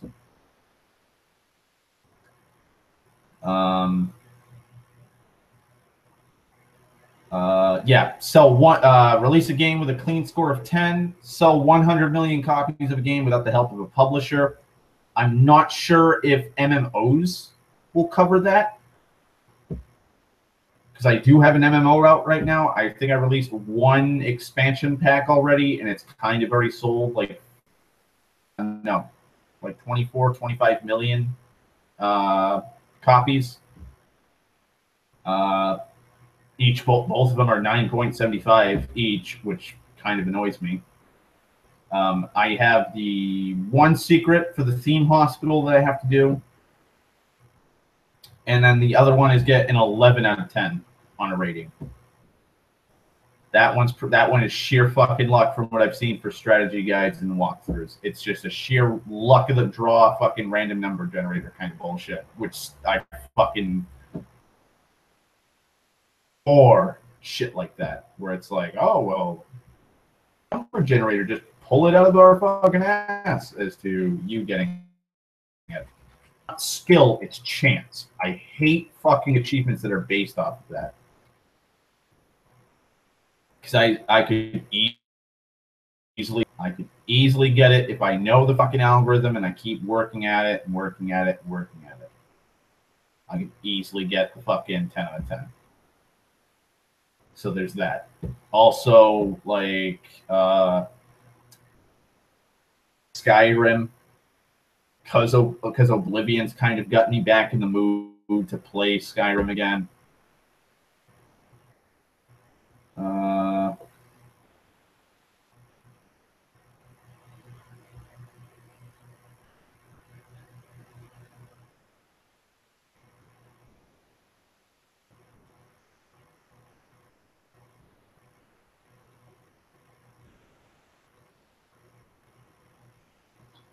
But I have to finish getting that. I only have a few fucking. I only have a few achievements I have to get in Skyrim too. I need to adopt a child. I need to escape prison. I think it's 1,000 gold bounty in all 9 holds. Be too fucking difficult to get. Those 3 are going to be like those 3. I consider the easiest to get. Then the Dragonborn ones, because I'm doing the Dragonborn expansion finally. Those are going to be pretty tit to do because they're all beat this quest, beat that quest, get this shout, complete this shout, use this shout. Dragons. The only ones that I would have to actually fucking start a new game for is the Dark Brotherhood missions. Yeah, I have like 50. Yeah, I have 15 achievements left out of it. Hell, one of them glitched. I got one glitched out, which was Master Vampire and 2 actually, Master Vampire and Master Werewolf. And I just got those 2. So I was like, oh hey, I don't like the werewolf and I don't like the vampire, and I don't really like choosing those. Let's see.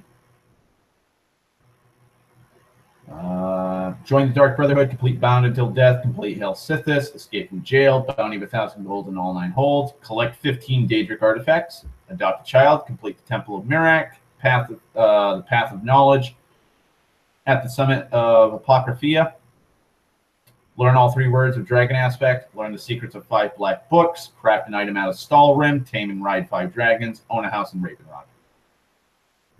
1, 2, 3, 4, 5, 6, 7, 8, 9, 10, 11 of those are pretty fucking tit. To collect the 15 Daedric artifacts, and then the 3 Dark Brotherhood ones are going to be the ones that are going to give me a pain in the ass. Because know how many Daedric artifacts I have. That's the thing. I would get them, Sten. All 3 of them are honestly, all 3 of them are great in their own regards. Dawnguard is the best, flat out. It gives you crossbows. It gives you it's the most fleshed out of the DLC of the 2 DLCs that actually have like a story to them. Hearthfire. If you want to build your own house and customize it, and adopt a child so you can have like your own little family or something. It also adds special foods, extra foods and shit. And I also think I forgot what else it adds, but it just like it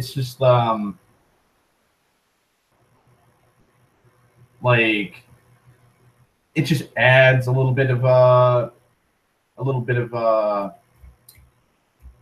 depth into like the mechanics. Nothing story-wise. Dragonborn, I would say, is the least good. I would say it's the weakest. You get to go back to Solstheim, which is from Morrowind, so you kind of have a Morrowind-esque thing. They have remixed music. You get the Stalrim weapons. You get Nordic weapons. The Nordic weapons look badass. They're pretty cool too. I also think that one's the one that introduces dragon bone weapons, which are the best in the game, but they're the heaviest weapons in the game too. For the longest time, I was using a dragon bone bow with dragon bone arrows.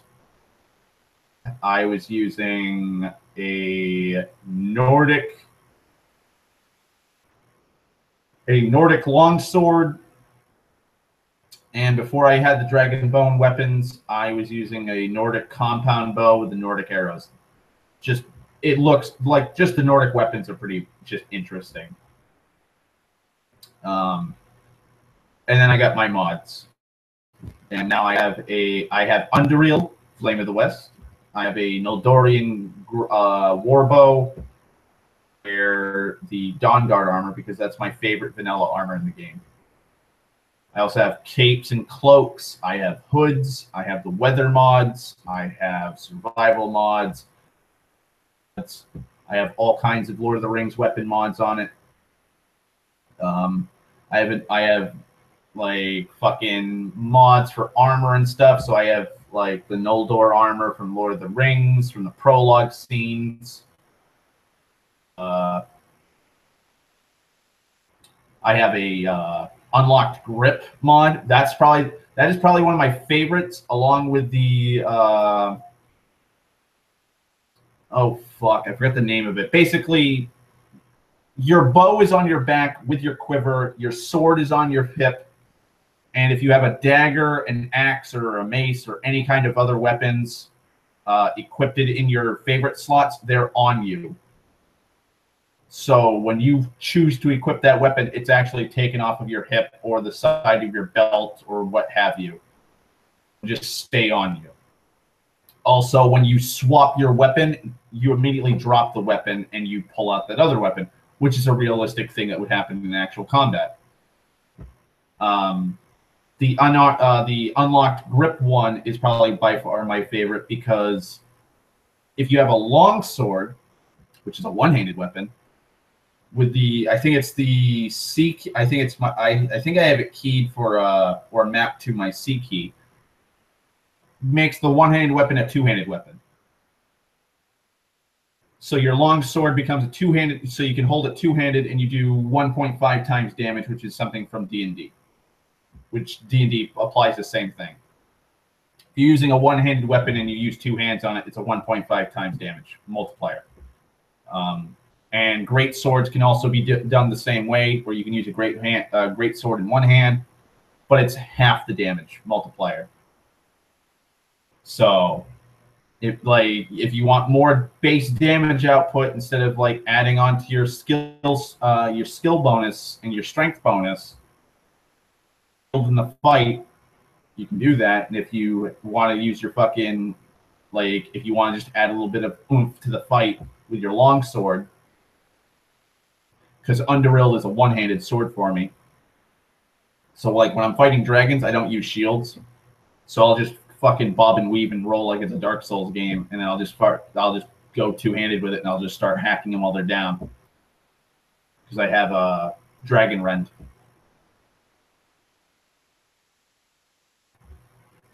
I also have Tanner's Treehouse, which is the coziest fucking house I've ever seen for a mod. I also have a mod that increases the value of all items, so that gold kind of fucking loses its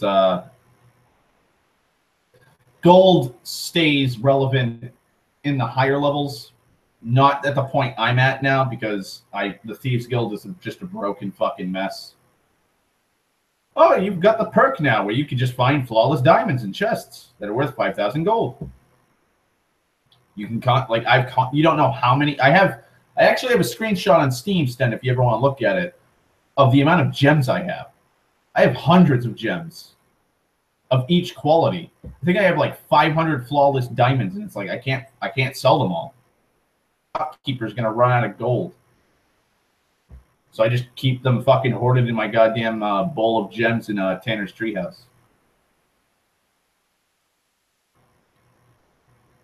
But Yeah, I would say get the DLCs.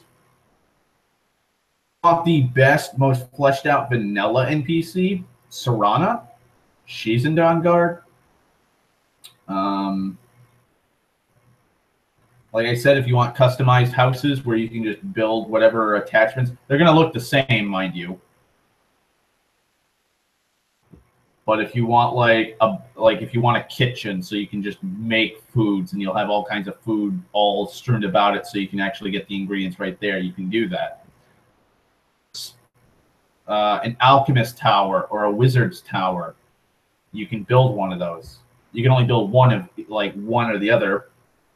If you want a trophy room, so you can just make trophies that have to just sit there. Like you'll have a dragon skull here, you can have a troll standing there, a droger, a spriggan, you can have a slaughterfish, whatever animals or monsters you can kill in the game, you can essentially make it. Except for like the unique monsters. You can build a master bedroom. You already have a bedroom in the main hall. You can build a greenhouse, an armory, and then you have a basement. And then the basement, you can have all 9 divines shrines right there. So you can just go right in and have whatever blessing you want. You have a forge in the basement with the sharpening stone and the armorer's table, the tanning rack. You have weapons racks all over the fucking house. All different kinds of displays cases. It can kind of be tedious, but it's also a good way to burn gold if you have a lot of gold. I kind of wish you could rent out houses.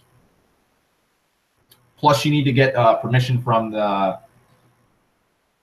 Plus, you need to take the permission for the holds. One's in more. Now, here's my biggest gripe. 2 of them are in shit locations. An amazing location. Morthal, aka Swampland. That's where one is. That one's right on the fucking swampy fucking area, and it's just like your house's view is just nothing but bogs, solitude, and then nothing but a fucking hill where there's necromancers. And the other one's in Dawnstar, which is right next to a giant's fucking camp. It's snowy all the way up to like 15 feet from your door, where it just stops being snow, and then it's just open field because that's where Whiterun's border is. And then the pristine, like beautiful one that I have, that was my original vanilla house, is the one in Falkreath, because it's right on the fucking lake. Like your house is right on the lake. You have perfect waterfront property. It's nice and idyllic and stuff like that. And nothing really bad that comes around there. Maybe save for like a saber-tooth, like a saber cat or a bear, or just normal fauna or wildlife. You're not going to see bandits or a giant or some shit just walking in and fucking smashing and killing your family. It's normally just going to be like, oh, hey, there's fucking wildcat just chewing on my... Oh, that's the other thing. You can have cows. You can have cows. You can have a stables for your horse.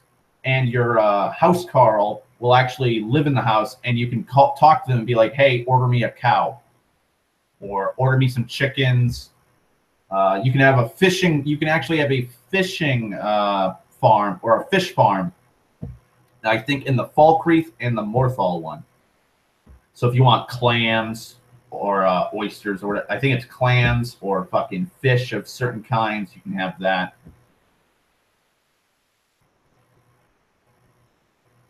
You have a little gardening area, so you can have a vegetable patch. Right there, you can have a smelter outside. Again, you can have the sharpening wheel or the fucking armorer's table just sitting outside as well. I think you can have a chicken coop and a farm right there too. I forget what else you can build outside too, but there's a lot of shit you can customize for your house. And you don't have to build everything. My biggest gripe is that the table that you can modify the house with just sits there with like a giant fucking stack of logs and stone. That's my only gripe.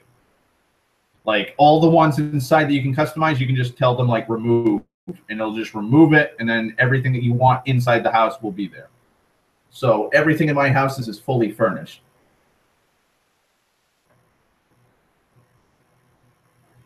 Oh, my fucking back.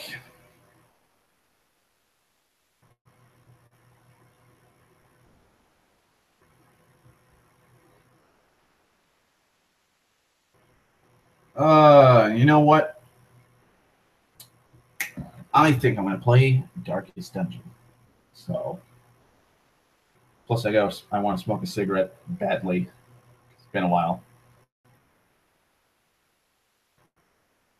Kind of, cigarette. My room is smelling up.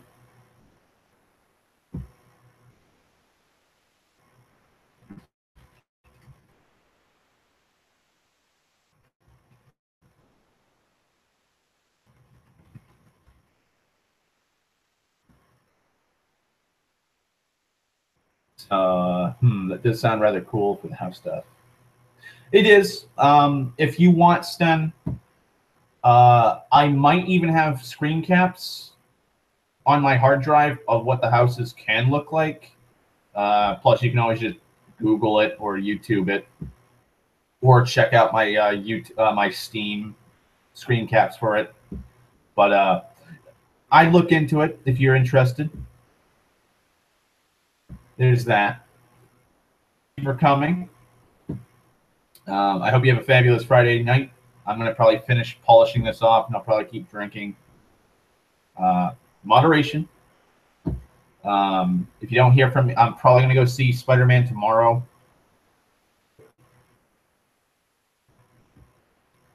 I'll probably be on. I don't know when to do an actual review of Spider-Man: Homecoming, if I actually find the time. If not, I'll just tell you guys my opinion on Skype, and then I'll probably just do an Arc the Lad stream. So, you stand. You have a nice night.